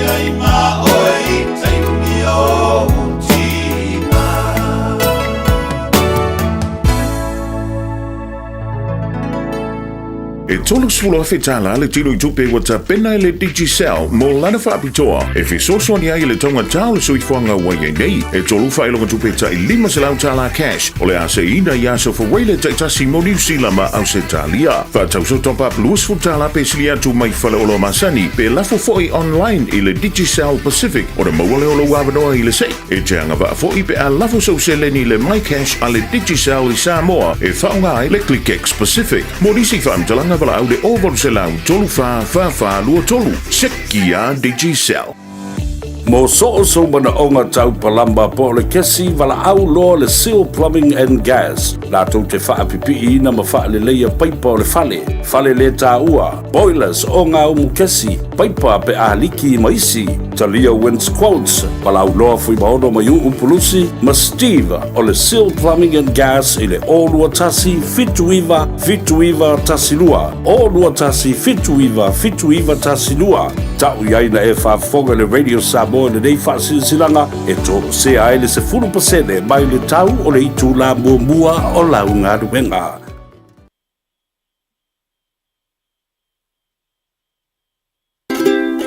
Talofa Samoa, waule nei o kasputi alu, awal suia le ngila ura le kio. A eva mai ina se 5 iwa kolu, amo, Radio Samoa, vevela a. Pepela a marurua. Iwa birute ona tāle o leitu lae manu i ole lama e whaima ba ai e amala po i Samoa po entato tala i a papela ma o leo to e iwa birute ona tāle o le manu i ole lama ba i atu e lei tau nu umentato tala mai Samoa pera mono pai atu i ole lama sa tau mpai po i a le pionga nilo mai ama mai na vai ia e le o tali mai i oe wo umara le pono ia la po po singa la komano longa ia le umar pa ia so le ta ia en po i ia tono la pa pena ona pa ponga po le au ili ia po i ungo po tanga ia manis po o ta u po pena na tu sa be e lo to pa ia mano to manu ia ta tono le pa ale na pe le wo silfia ia le mai po ina be uto ia container tolu alo ia la mar pa mo ia o lo to fa e ta tonu pe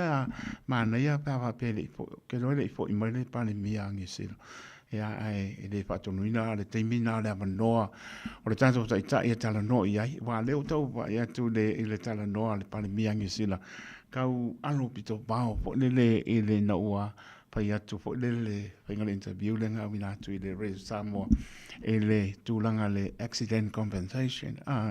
tulanga na lo tam pa ia tu ia wai pa pena lama ele mapai o so i fu o tangata e tasi lama po le lama pinga le li mai ia ele penko e mesi o pe la ko le tu lo le ngana pa ngaina la ko sfale lo ko sui mai le so i fu mo lo tau tana ma pa no nia ono tulanga pe pe me o la saunga le mo ele pa ngo o ia po fe sala yo atu te tonu pa mo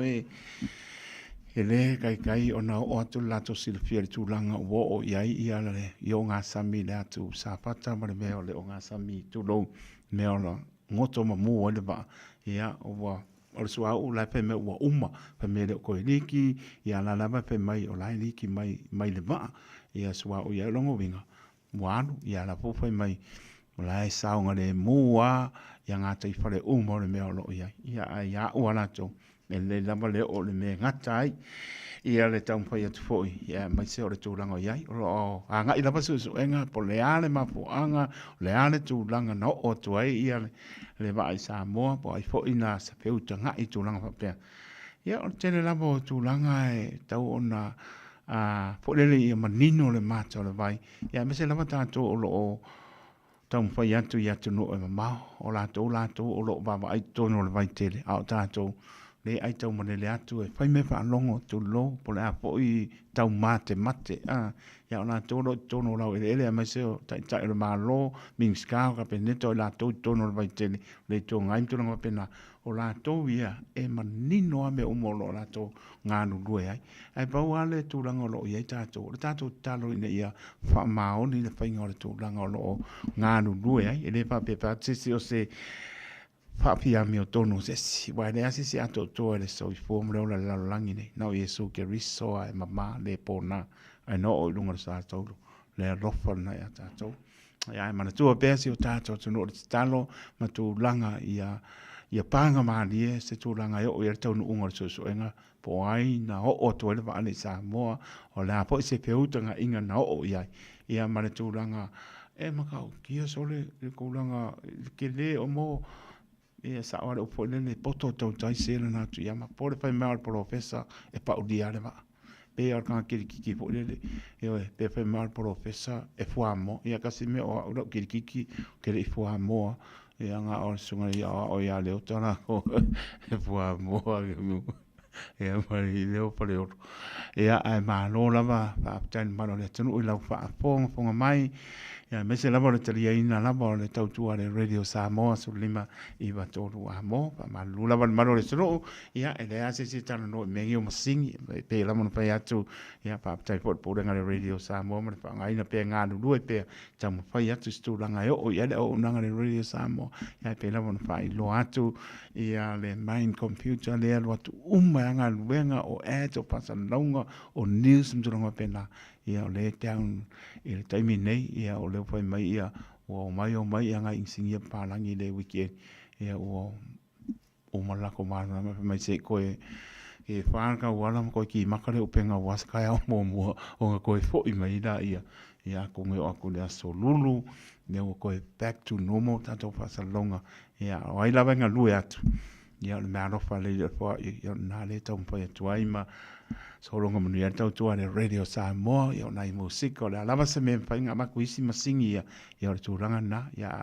pa pong mai po ko pa eku ia o le tūranga na ia pa manu luatu pa manu lava te mama tua ia le au pepe pirioane ma pa tua pa taino ma puta mai i o tara manu ia po manu longa e mai se o tama matina ma tua tu lo to pa ia mo to manu ia to manu longa le nei aso ia manu ia po tari nga su le manu o ta ia sao ia no ta mafutanga ma ia pa manu longa le ia to manu fo lau Aro tau iwi mai fi tam whaing tau le ana ia mai se lamo le tau manu lu sa tau wasa mai tātou ia le lamo tātou pa ai atu le si ui o ne tau sanga ma le tau mapanpan ia pa aptai le atua e le o tu la po ia lama lo to so fua ui lama na pe moe ma oto malawa ia lo amia nisi atu ore to te le walon pingalo pa malo pa aptai lau pengaronga sofi o tu na ia tu po ia le atu wasa mla atu polasa ia sa atu pa atasi o tu pingalo mta atu o ta pua i le atua i malu e fia sa atu pa ponga mau pa longo i le matango fie to mta wina ilo to so fua mra tato wola awane ngalo tato samba bali ai munu tai ai manui ai le hanga i lumo o tato fo longa i le lofa malanga leo lo tato tua ia ma lo fo pa ma losi i tapo inga la sau mai atu ia pa tai ma lo lava le pa ma losi e te mi pa vai vai i tato pela mono pe atu e ono aso nga lue ai porque munga pe ko le aisa e va ku o mai o le lo le angi le fa wa ngawi la au lungo au e te o ar perfengaro e ko la lo pu lo le kunga e ma ko a io mo moni ya tu le nganga o fa tai o le fa ma losi nga wenga wa ma o ta malawa ya me so me fai e kanesi o lo nga lu e tato va tu lo fa ma lo i lo to fa ma no losi nga wenga a o lo le sa ko maua ki munga ko ala isa sa video ke le vai fe mai ia ka ko maro ro ise ka ko loku le sa se la fie wala ai nga lo le nga ngi le fa nga wila au dunga wala ala e anu ngai po la we lo to o tau singo se wa nga ese le mane fai la malo fa i unga ngai le sa ke ro loku o le mo ko manga ia a to ti no tama ya lo fa te le atu mo le mano le atu no pe lava o maputa mai ne aso ia familia le tua e le mano le atu no ia me so le ne aso malo when you shake up I bring you someone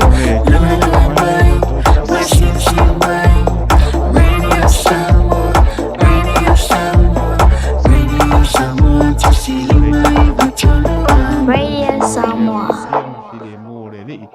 ia tato mo ai le nei aso mantango fie le mano longa le lava fe mai o le mano lo le fale sole o le mako ma ngai o le pai unga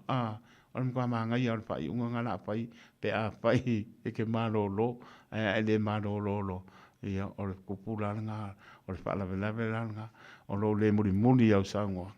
a pe mai lo e malolo ia mo kwa malolo le ia o e au le fuli mai lo ko inga o pa o mai ki mo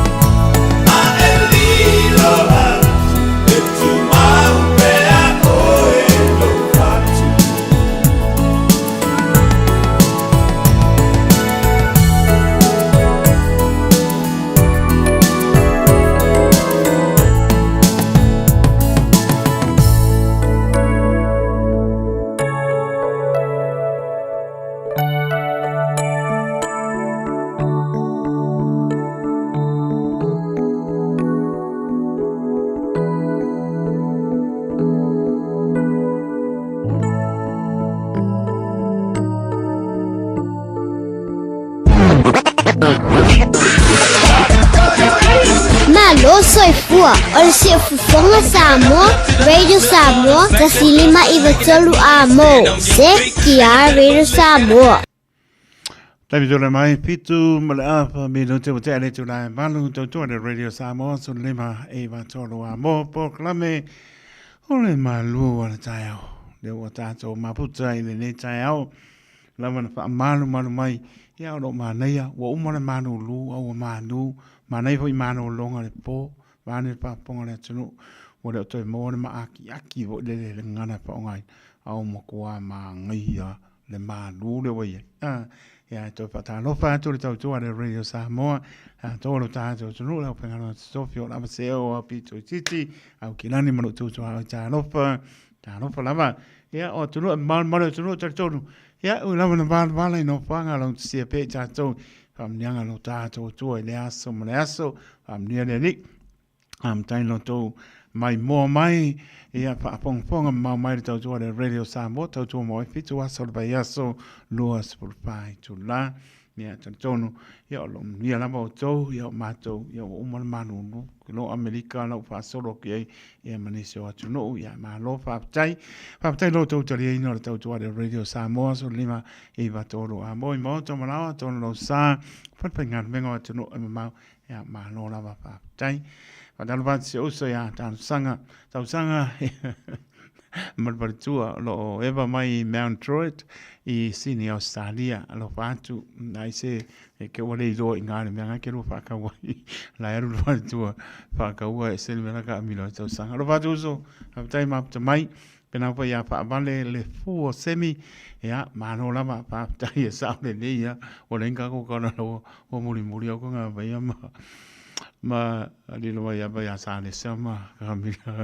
ya se yo fa ye pe mo se ma ngo pa tai so a mo si vi piti pa to ya Maria ma no fa pa tai ma to mai mun wi ma no longa so nga tala ta inga ya alo fa tu uzo tala ta inga mun wi po ma no longa le ta ya ma dia niko ma inga ya ma no la pa tai ti le yone la se met fina ngalo ya pa tai ti le yone manuia lau tute taito ai mo mori atu ho o lo faanga mo si o tama o lau mori ane I le au waa huso tuangane ya marato whanau pa pēle atali ya pelu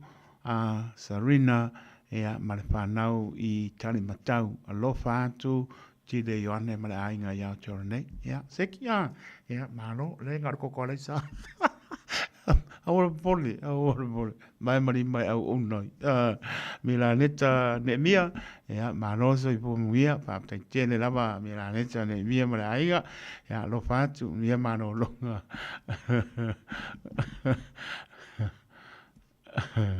ya sa yo wa pa manu aku pa vane po se minganga pe me o muri la wa ngala ya sa ne se me nga pe me nga o le nga ko kana mai sa mo ang va pe sa ka ale ang wa ma ai ke o kuri mo ai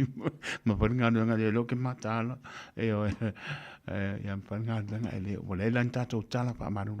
tno pe ma san ya pe la mo pa tu pa ya so le ni mo mori no to so I fo me fo la nga nga mai sa mo e so to le Radio Samoa ta ton ya fa le ya to ta masini le pe no ya tu ya te tonu stem na ni ko mai nga insingia ya pa mau tu pe langa venga pa te tele lava Marietta mano ko moni ya mano lu su mon via fo ya po anga ainga Marietta pa tai map to mai ya ai fo le nga o puto muni ya lo ma puta mai Perth I Australia ya lau fo mai o le wa afar to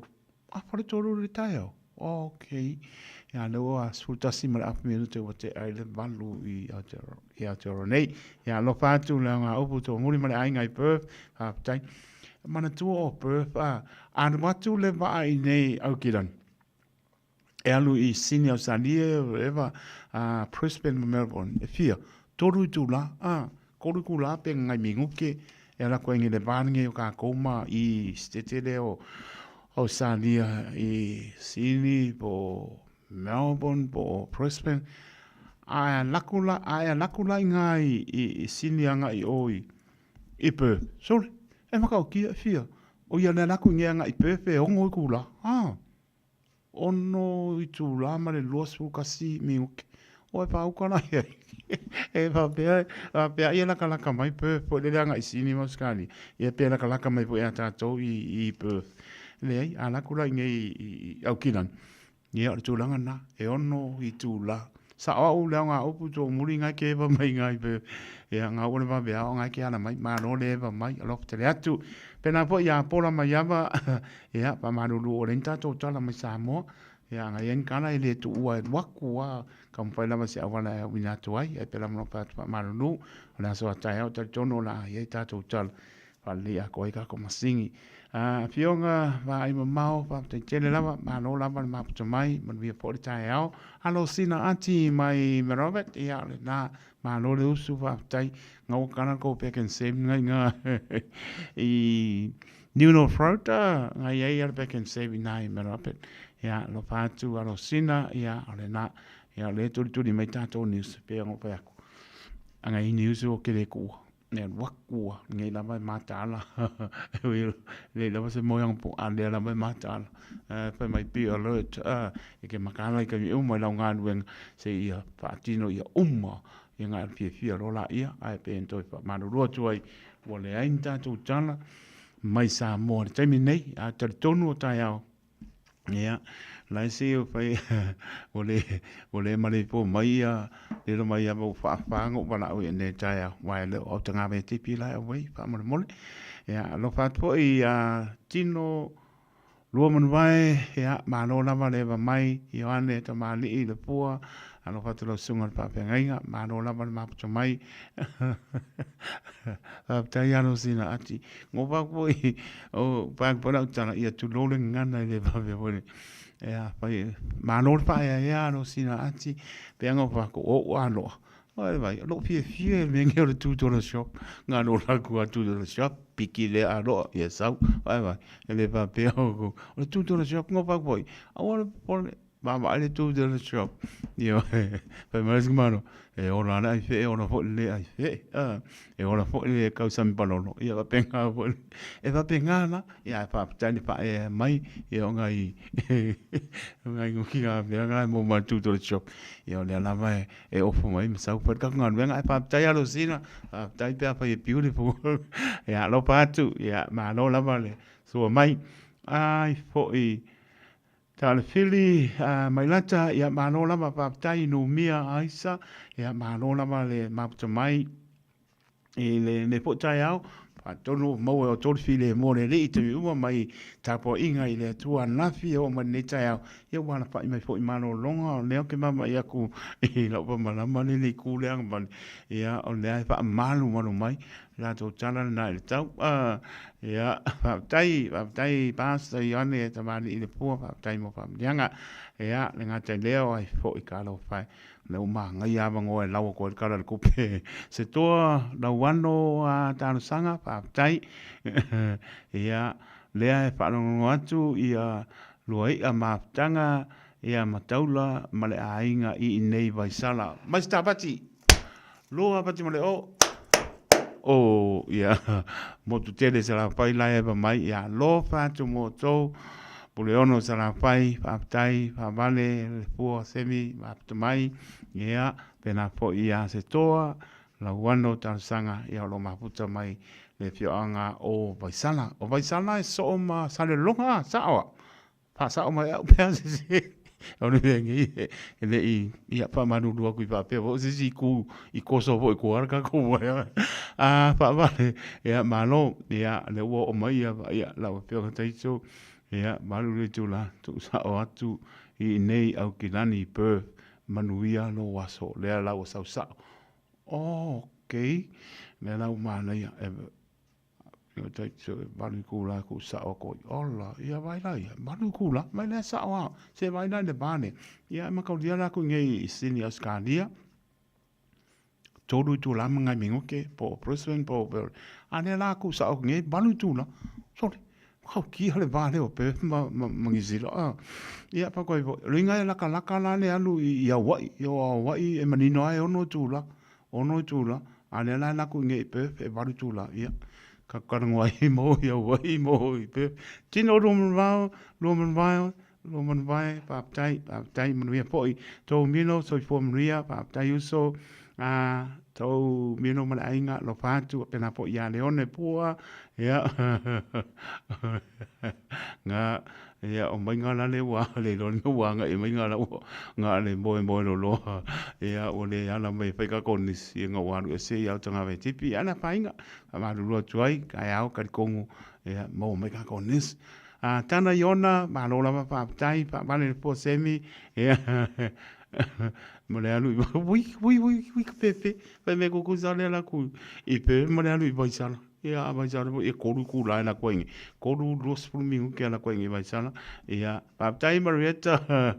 ko a seki ar kali kongo ale ngo nga kali mai ele pa jole marieta le ngo pa ku peso so ia vai sala ma ia pa marulu wa wa fesili e pa mai ale upu e anga tonu manu o le fesili ia le lango bizia ko peso so vai sala ma sale longa ia le o maritati marieta la upule le e so ma Hollywood ia wai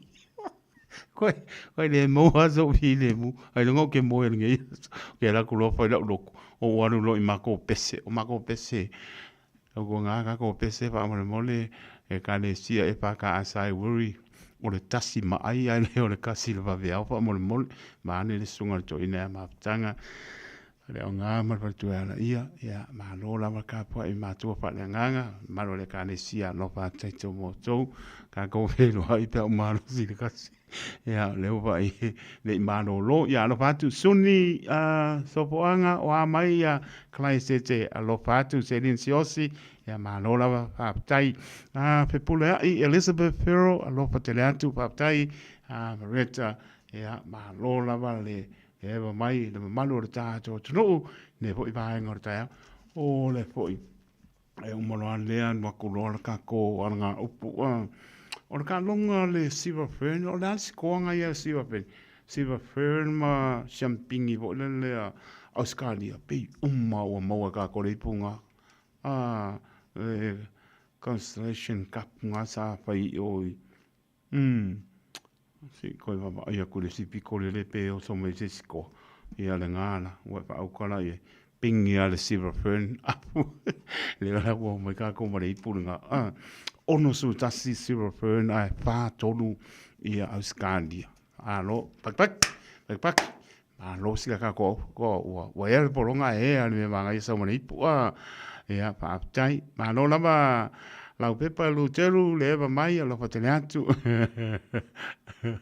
ma no lava pa tai e va mai o le ta longa le ai fo ia le kangaroos ma le kiwis oinga mano ia oinga mano ia se kopea ka si yolo marka kuma singi le si masingi le ia tai o ka longa o mo pai le Pacifica Championship len ka lo kangaroo ma le len ko lo ka mo fo Sean Johnson ia le lua ia kangaroos ai se fulu le giwis ia lo inga malolo ka ko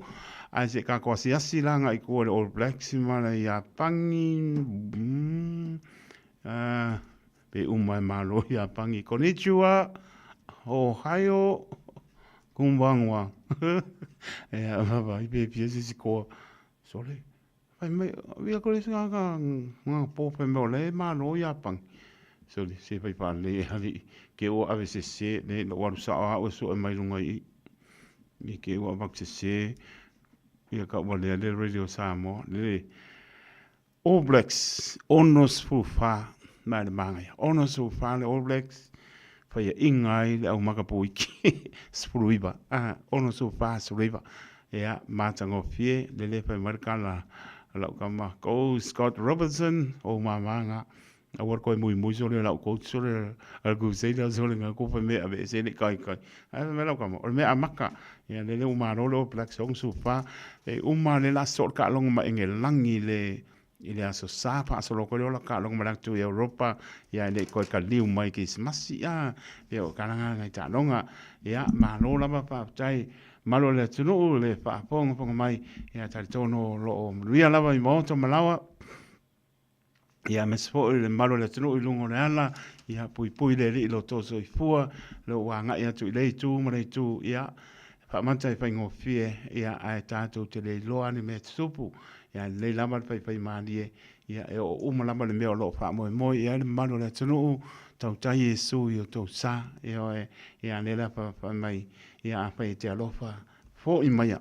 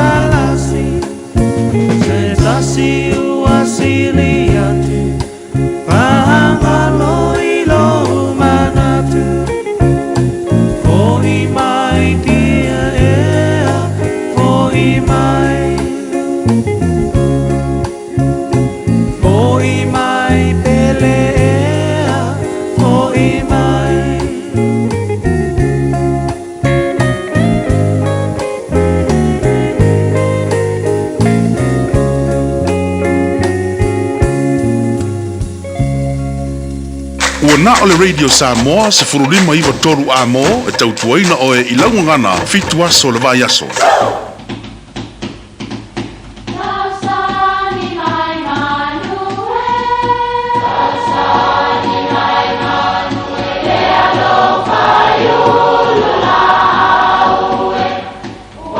E o fanga manu I ululu o la au awa e fafanga I funga o la au. A ole tangata e fafanga I upu matala. O le mafileo o alanga upu mamuanga ngana Samoa maona whaapongai e a fua ilo na sio mianga. O lona lea sao I le whaatufunganga o le iloa whaale aso mai le tautua se ia o ina pule. O alanga upu mamuanga ngana ua lanto mamanuina le tō whamanino a Samoa mana tua fo'i e tāo fitau muli le atunu. Ua tangi le fatu ma le ele. E whapea le tala o le tangi loloa ale ali o sale vao ina uoti si ona tina i le afi. Na le mawhai ai o na whaana i le fia na whai ai samana i tufu ngātai vai. O lea na toe ave ai loa e itu sale vao, ma toe whaia le isi fia tele i le malai o sawa i whaletoi. Whai mai o le fia lea, na whaatumulia i tangata, na o lava i la au ma itu na toe tutua e na i o lanto utunga mau, na si siva uma e tau whaanale tama. O le tumu o le po, na mafatia ai le ele mama, o na safia a waifo i mamata le ele mama, ai na pupuni uma masolia e tangata sa tumu ai.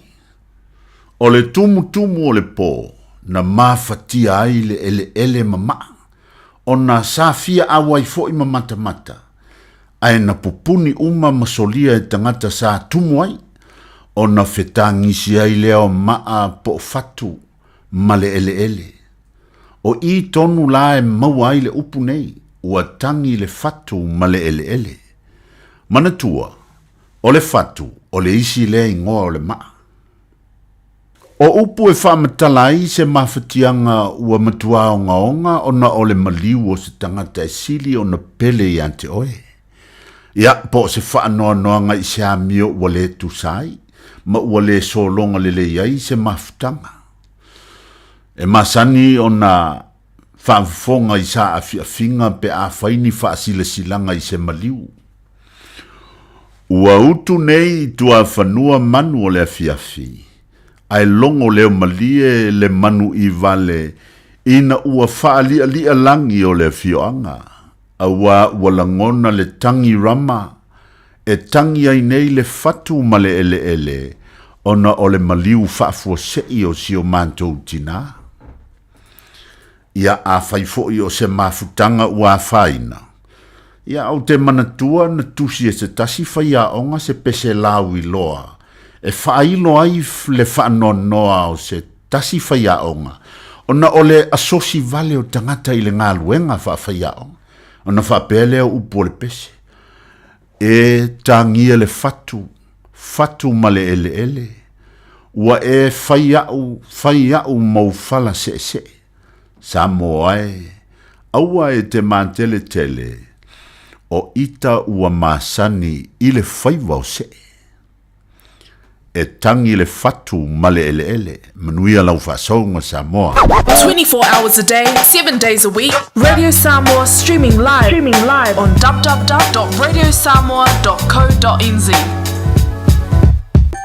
Talofa Samoa, i mawhaina fisoasoani atu Dr. Chen pe a whaia te awhiele mai suka, tōta mawalunga, le maua se whanau, mai sela, fatu ngao, ti ngā le ua po tuli, whaalusi le tino puta, kānesa, ma le tino mangeso. Maua fo i le kulimi fulunifo mō nifo ti ngā, ma toi whaafilesi ai lau mānawa, tele nisi o loa e fisoasoani i lo soifua maloloina. A whio ane loa e ai Dr. Chen, i le tuatusi lua ono Great South Road, Orahuhu. Telefoni lua fitu ono tolu fitu, extension numero lua. O le AK Auto Repairs i le ono se fulu malevanu Taro Road Mangele, latu te whaia warrant of fitness. Basic service, wheel alignment, sui taufi, suspension, gam belt, fabili transmission service alo tabale, talia wins quotes mal afterpay. AK Auto Repairs i le ono se fulu malevanu Taro Road Mangele, telefoni lua lima fitu tasi o tasi lua. Talofa, wa o salmasinga fale lua Team Toidolo o le loia Samoa. Fapitua la o nanga i mta uputau immigration, pepa malanga, tangata overstayers, so stoinga visa, apena foi le taxation, por tu la fono tau la fonga, M5 foi on o tau avena mta upu fal tu la fono i Samoa. Famal mole vidi mail numera, o iva lua ono o tasi lua. O iva lua ono o tasi lua. Faftai. O le A1A Tree Care Limited, lato te whaia au onanga nei, teu, whamama, whangata, pe ave sea ni la au mapongati mai lo whanua, e ma whaifo i ona lato te wina lau tonga la au matoi tato. Wasilia mar se fulu tau sanga o lana tautua. Wala au loa le A1A Tree Care Limited, le olua tasi o lua o tolu ono o. Olua tasi o lua o tolu ono o. Talofa, we're the Katinas, and you're listening to Radio Samoa on 1593 AM.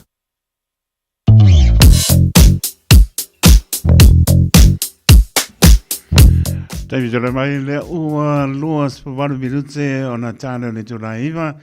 Sa venga ni ngona wala mai chai no psolo mana ia lama flow mai traffic le lama ma tana mai dungo ala.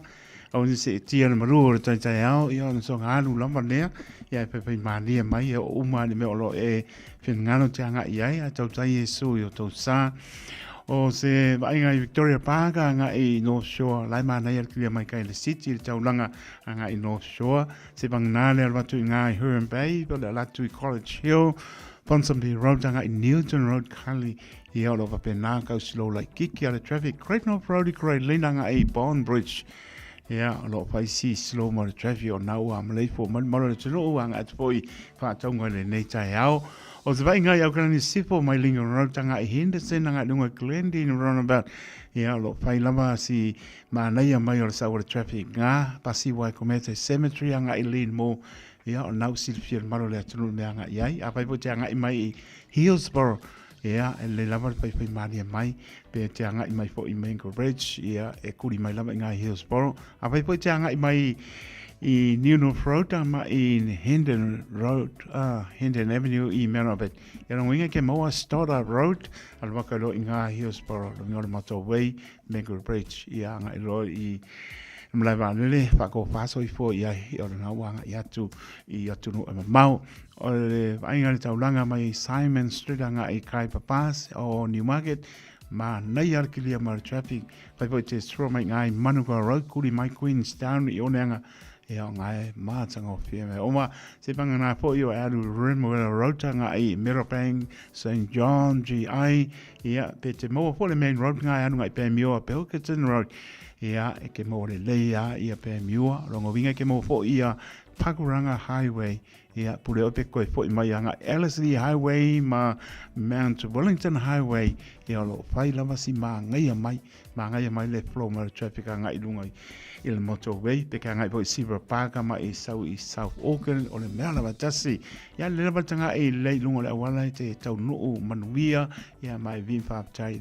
le atua I lona alofa ma lona nga lei sau le runabout Green Lane lungo le motorway ia ngai mai ia matou ako faso I fo mai o le tautua le Radio Samoa lo o winatu I nei tu sa o tu lava I Manukau City ia pasi mai kalo mai pa mole ia makulole I Manreua South Mall ia takanini pakuranga pu ko ia mai po ne yaso familia le I lungo le ala langa I to malo tato no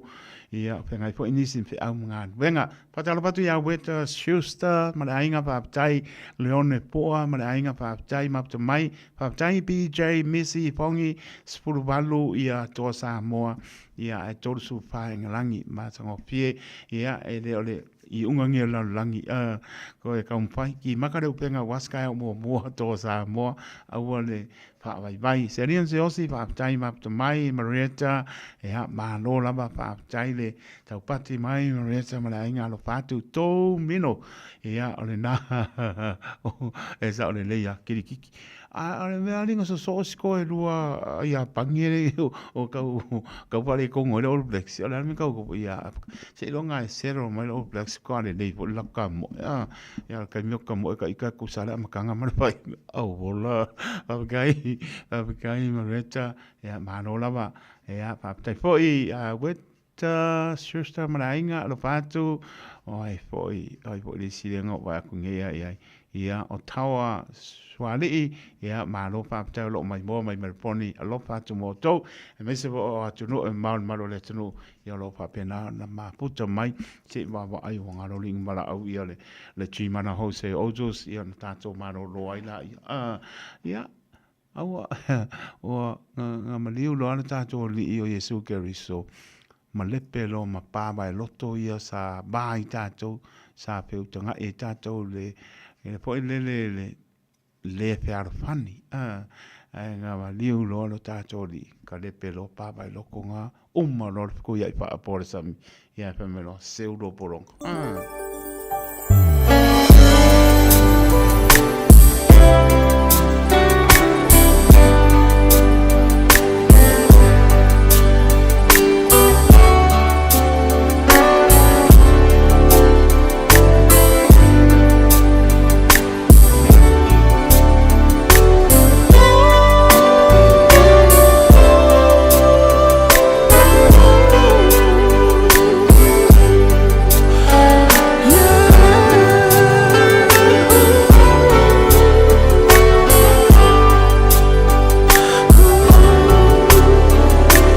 Wamavae atua so lele moa mafuta raua entu ila ufatu Masani ngameana wiloa ina Sasiliona o eva ile masina Seulo upalama uwalayona toelangona Ilo una watu ile lalele yo fofonga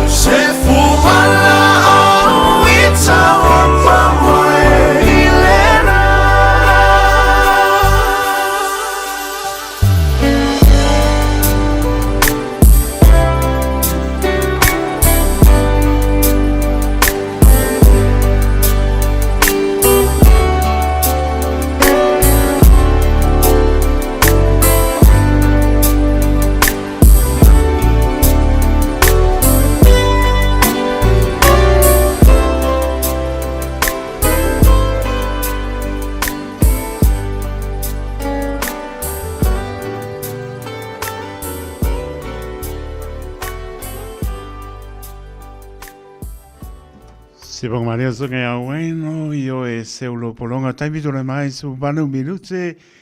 tale le tu la iva minute na to sta tu po ne tai au to tu le radio Samoa programma le manu tai au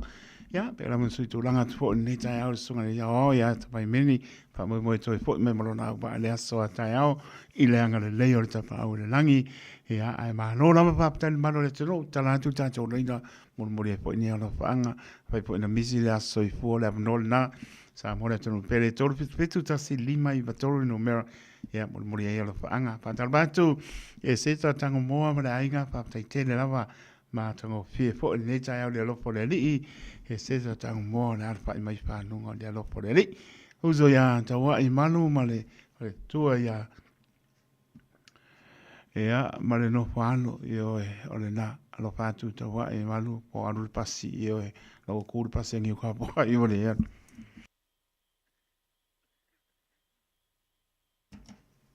ana utala tato laina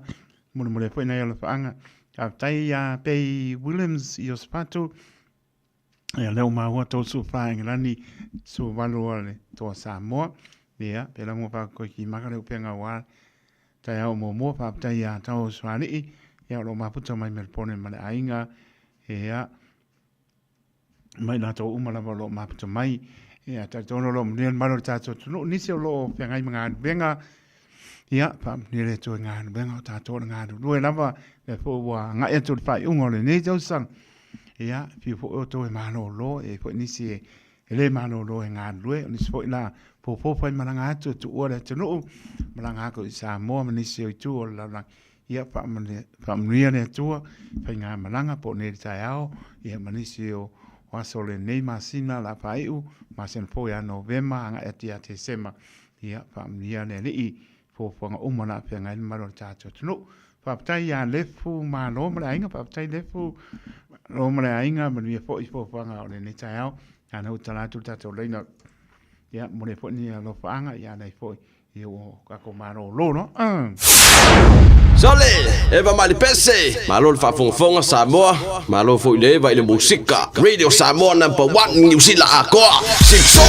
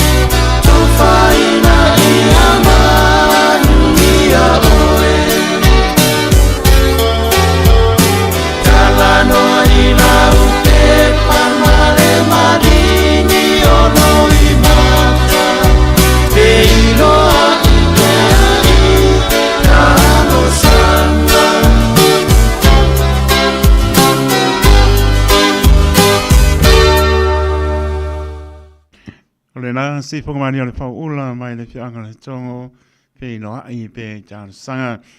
Tei vitu le mai o le ua to espulu me lote o na tāna le tula iwa, tāna iwa tarjonu i aile tautua whionga le partua ia Salvao Massimino au inatu i laulava ngana pe tāne tula iwa ia ona mai e po leo tautua i le nei aso tatono lo mria maro tātou tunu pātano pātu ia Polo malo Sofia mana ainga o lo maputa mai America Samoa lo patu polo malo Sofia mana ainga pa time up to mai pena fo ia lefu malo mana ainga ia alo tele atu pe portu pene a Marianne ba anga sis o kalale ofisa po ngai mano lo ia lo patu Marianne ba anga lefu panga leso mena po ia pasta o kuso Yosua ba tayuso lofa te atu pasta o kuso Yosua ia manuia foi ia poanga po la semana lo ia lofa po ia Desmond Beach ia lofa ia pa taimo famlianga lofa po ia manuia o nisio o tala o lo o to wai fo ia Salvao ile neta o stempa tale to laiva ave SL New World and back and same lem fai fa tu langa ai o loa Turanga lo patu rangai o loa, patau fua I o rātou tau. Ta tala se maenga o le State Highway, ono leana whaaleanga ina I ti munga mawha ia mapana pala e solo mai. E ono masani le tinana pasiotia I lunga o le pasi ma le na whaia. Okay, yeah, lea la kau mangingo mai ia o le vaipa. Le aistu la pono manino e ai fai a onga mai le tampai e whaapso o tai whanau a onga e wha onga ai social media ana manino mawiriri pia saulo marpato a Salvao maleo le tangata na tatui tulo I mangele mo lia le nisina o tātou rutala papunga I pia tāne tūlai wale tau tuarpatua ia Salvao Massimino oa le ka kuri a kwa meren ko pure pasivo le ngau I oneanga ia le namba ko kongo e ma fana se ma tanga ia la to ka ponga yai ia pe on tano fo I tina ma tu o lo pe I pasi ia pe on tano fo tina ia pe pan ia le na le lamba le auto le lei o ko pe o kongo ma ko I pasi ai malo lo ava pe manga o pe yo ko la au mai o ke ana ko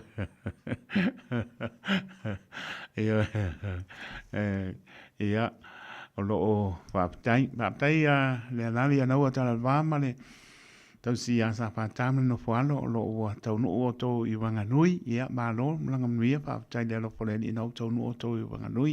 ia manuia telefoi ia pōpanga se o tō ainga ia mai se o tō langa lo whianga e foi a mai se le nganga o le I ainga wha no no tātou e whelo e foi pe atari mai le lani ma anau a tala wā sa whātāma no whālo ia alo fatu po tina ia po o sini e man no foalo lo tene atu e le apile atu tu a po o sini pa tai lo tene atu o le se me pang tai le li alo pa nau pe ngai po ima ma yo tino ia tatu tu po ma o ia lava malana pa mano longa lo fatu po o sini lo fatu po ia mara kai do iva levan fe ngai mti ngana tino lo pe ngai akono uzo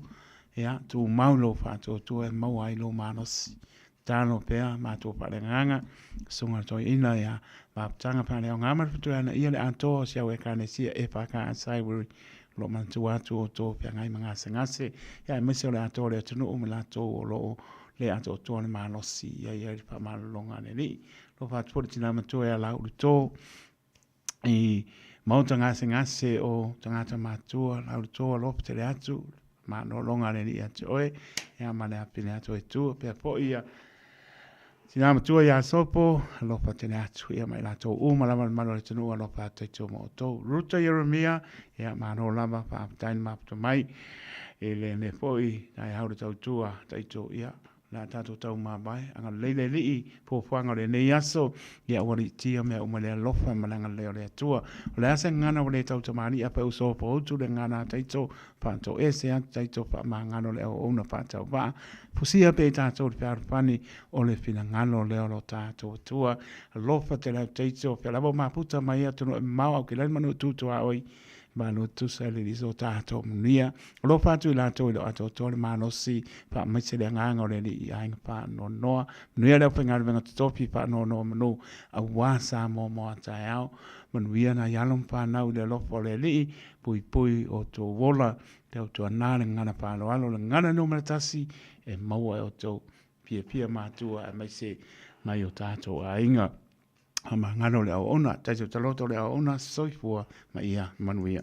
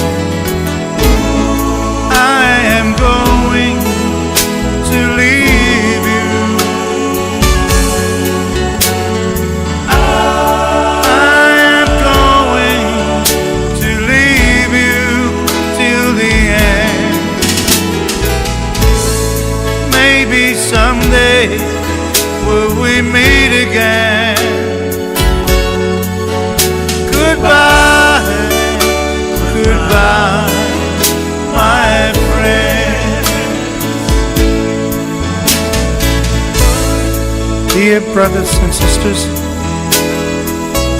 in the book of John, chapter 14, verse 1 till 3, Jesus said, "Do not let your hearts be troubled. Trust in God, trust also in me. In my Father's house are many rooms. I am going there to prepare a place for you and I."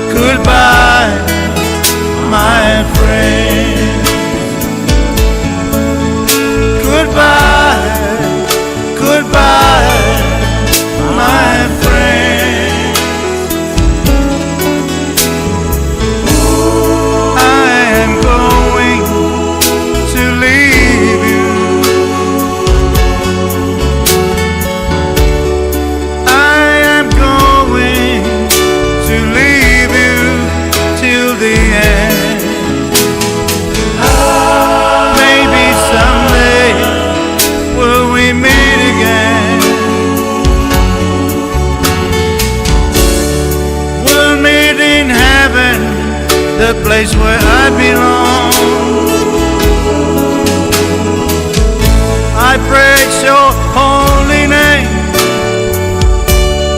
dear Lord. Here I pray.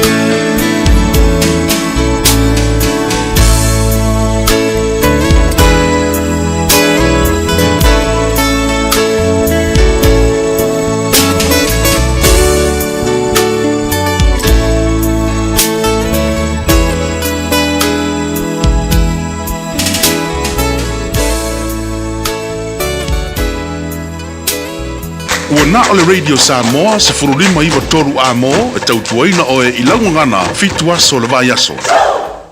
O te fia e whaafeilo i atu I lau whaafonga anga ili nei fo I tae au, ma lo le fo lau, alo mai o tālala Radio Samoa. Tomu atu I talo le asunga fua.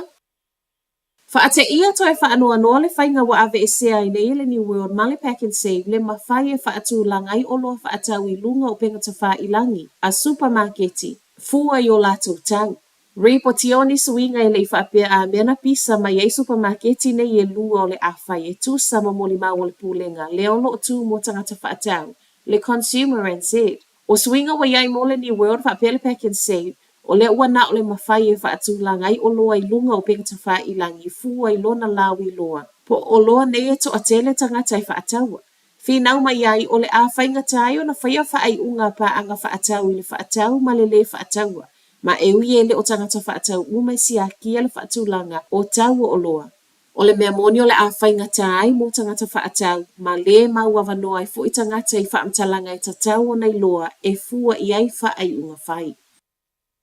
Ua toe tatala se vai o le State Highway o noi bola le ana tāpu nia ona o palapala solo ma fua mai timunga ma mawha I le whaai unga le vaiaso. Palapala solo le nei e poane ana nafi wa toe tatala le vau Murchison ma le awala lau papwe o Sullivan ma I reporti le NZTA. E ui wa tatala uma lane se lua o lea ena o le tolu se fulu kilomita I le tula le sawa whaatapula. Wa whai mai ei ma le pulenga o le sawa whaatapula alava le nei e aluai ma le aso, wha amoe moe whaato ato e sui le tai au a tai au. Ona o ngā aluenga wha le leia. Ai le isi vai ngol highway bowler mai le NZTA o le alava na tāpu ni e le pōna pō ona o ngā luenga wha ma ua whautuaina tangata leo lo o whewha I le vau Nelson ma Westport ina ia wha au ngā ane isi awala tua. O isi uma awala na a fia I le asato na I ona o winga lolo wau le tau e tu ufa atasia talo le tai au o leo uto e tatala uma.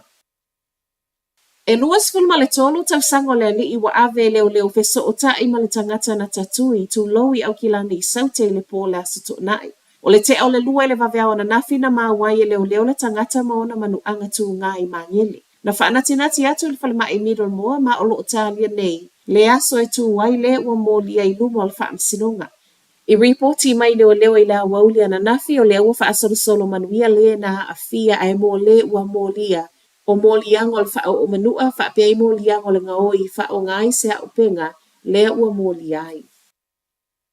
I so enga wha asolo leo wa toi whai mai ai a tonu e masani le tina na tatui tu lo I lunga le pasi o ne hanga I au kilani ma le tama na whaia. O le aso lulu lea na tupu ai ma ua mawai le soifu o le tina ia Bernice Mary Church ai aso wharaile mōlia le tama ia ka Leona tolus fu malefitu tau sanga I mōlianga o le fasi o ti tangata. O le afo iwa mai atu la I le ua mōlia I lumo le wha amsinunga wha I tu malo I au kilani. Ma ua whai mai ai leo e tali tonu e iloa e le tasi le isi. Wa talo sanga mai ai fo ima leo iso o se tasi sa iai Church Street o ne hanga I le afo le valu o le tai o le aso lulu talo wai. Wha apia le afo le iwa I Tripoli Road I Panmiwa e si la fia nisi wha amtalanga I feso o ta iwa veatu.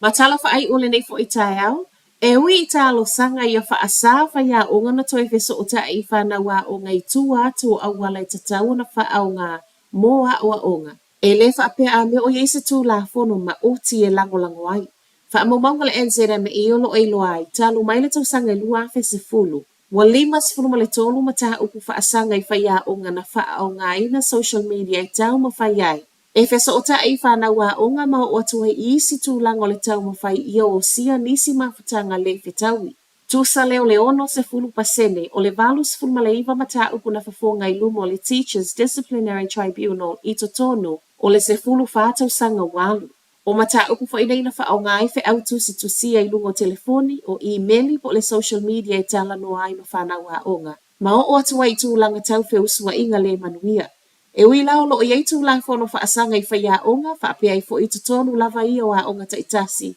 Ua wha atalo sanga ina e nisi le tatawana si iti o le malu si anga o tūla fono nei. Ai mai nisi o mata upu na ilo i lumo le tūla fono ya awhia i whana wa onga. E iai nisi wato e moli mau, e le iai se mafu anga tatau e fiso o ta iai fua whaia o ngai whana wa o ngai tua atu o awala, e tatau na wha o ngā, ma olo o iai fo ile pito la au le tamaititi a o ngā lātou, e tatau na mata ala iai. O Talafonala Radio Samoa, manuia le nei aso. Taraflava o David Tua le nei, o e whaafonga mai pe le Radio Samoa, tasi lima i watolu a mo. Samoa i manuia le nei aso. Ua na o le Radio Samoa se furulima iwa toru a mo e tautuaina o e ilaungangana fitu aso le vai aso.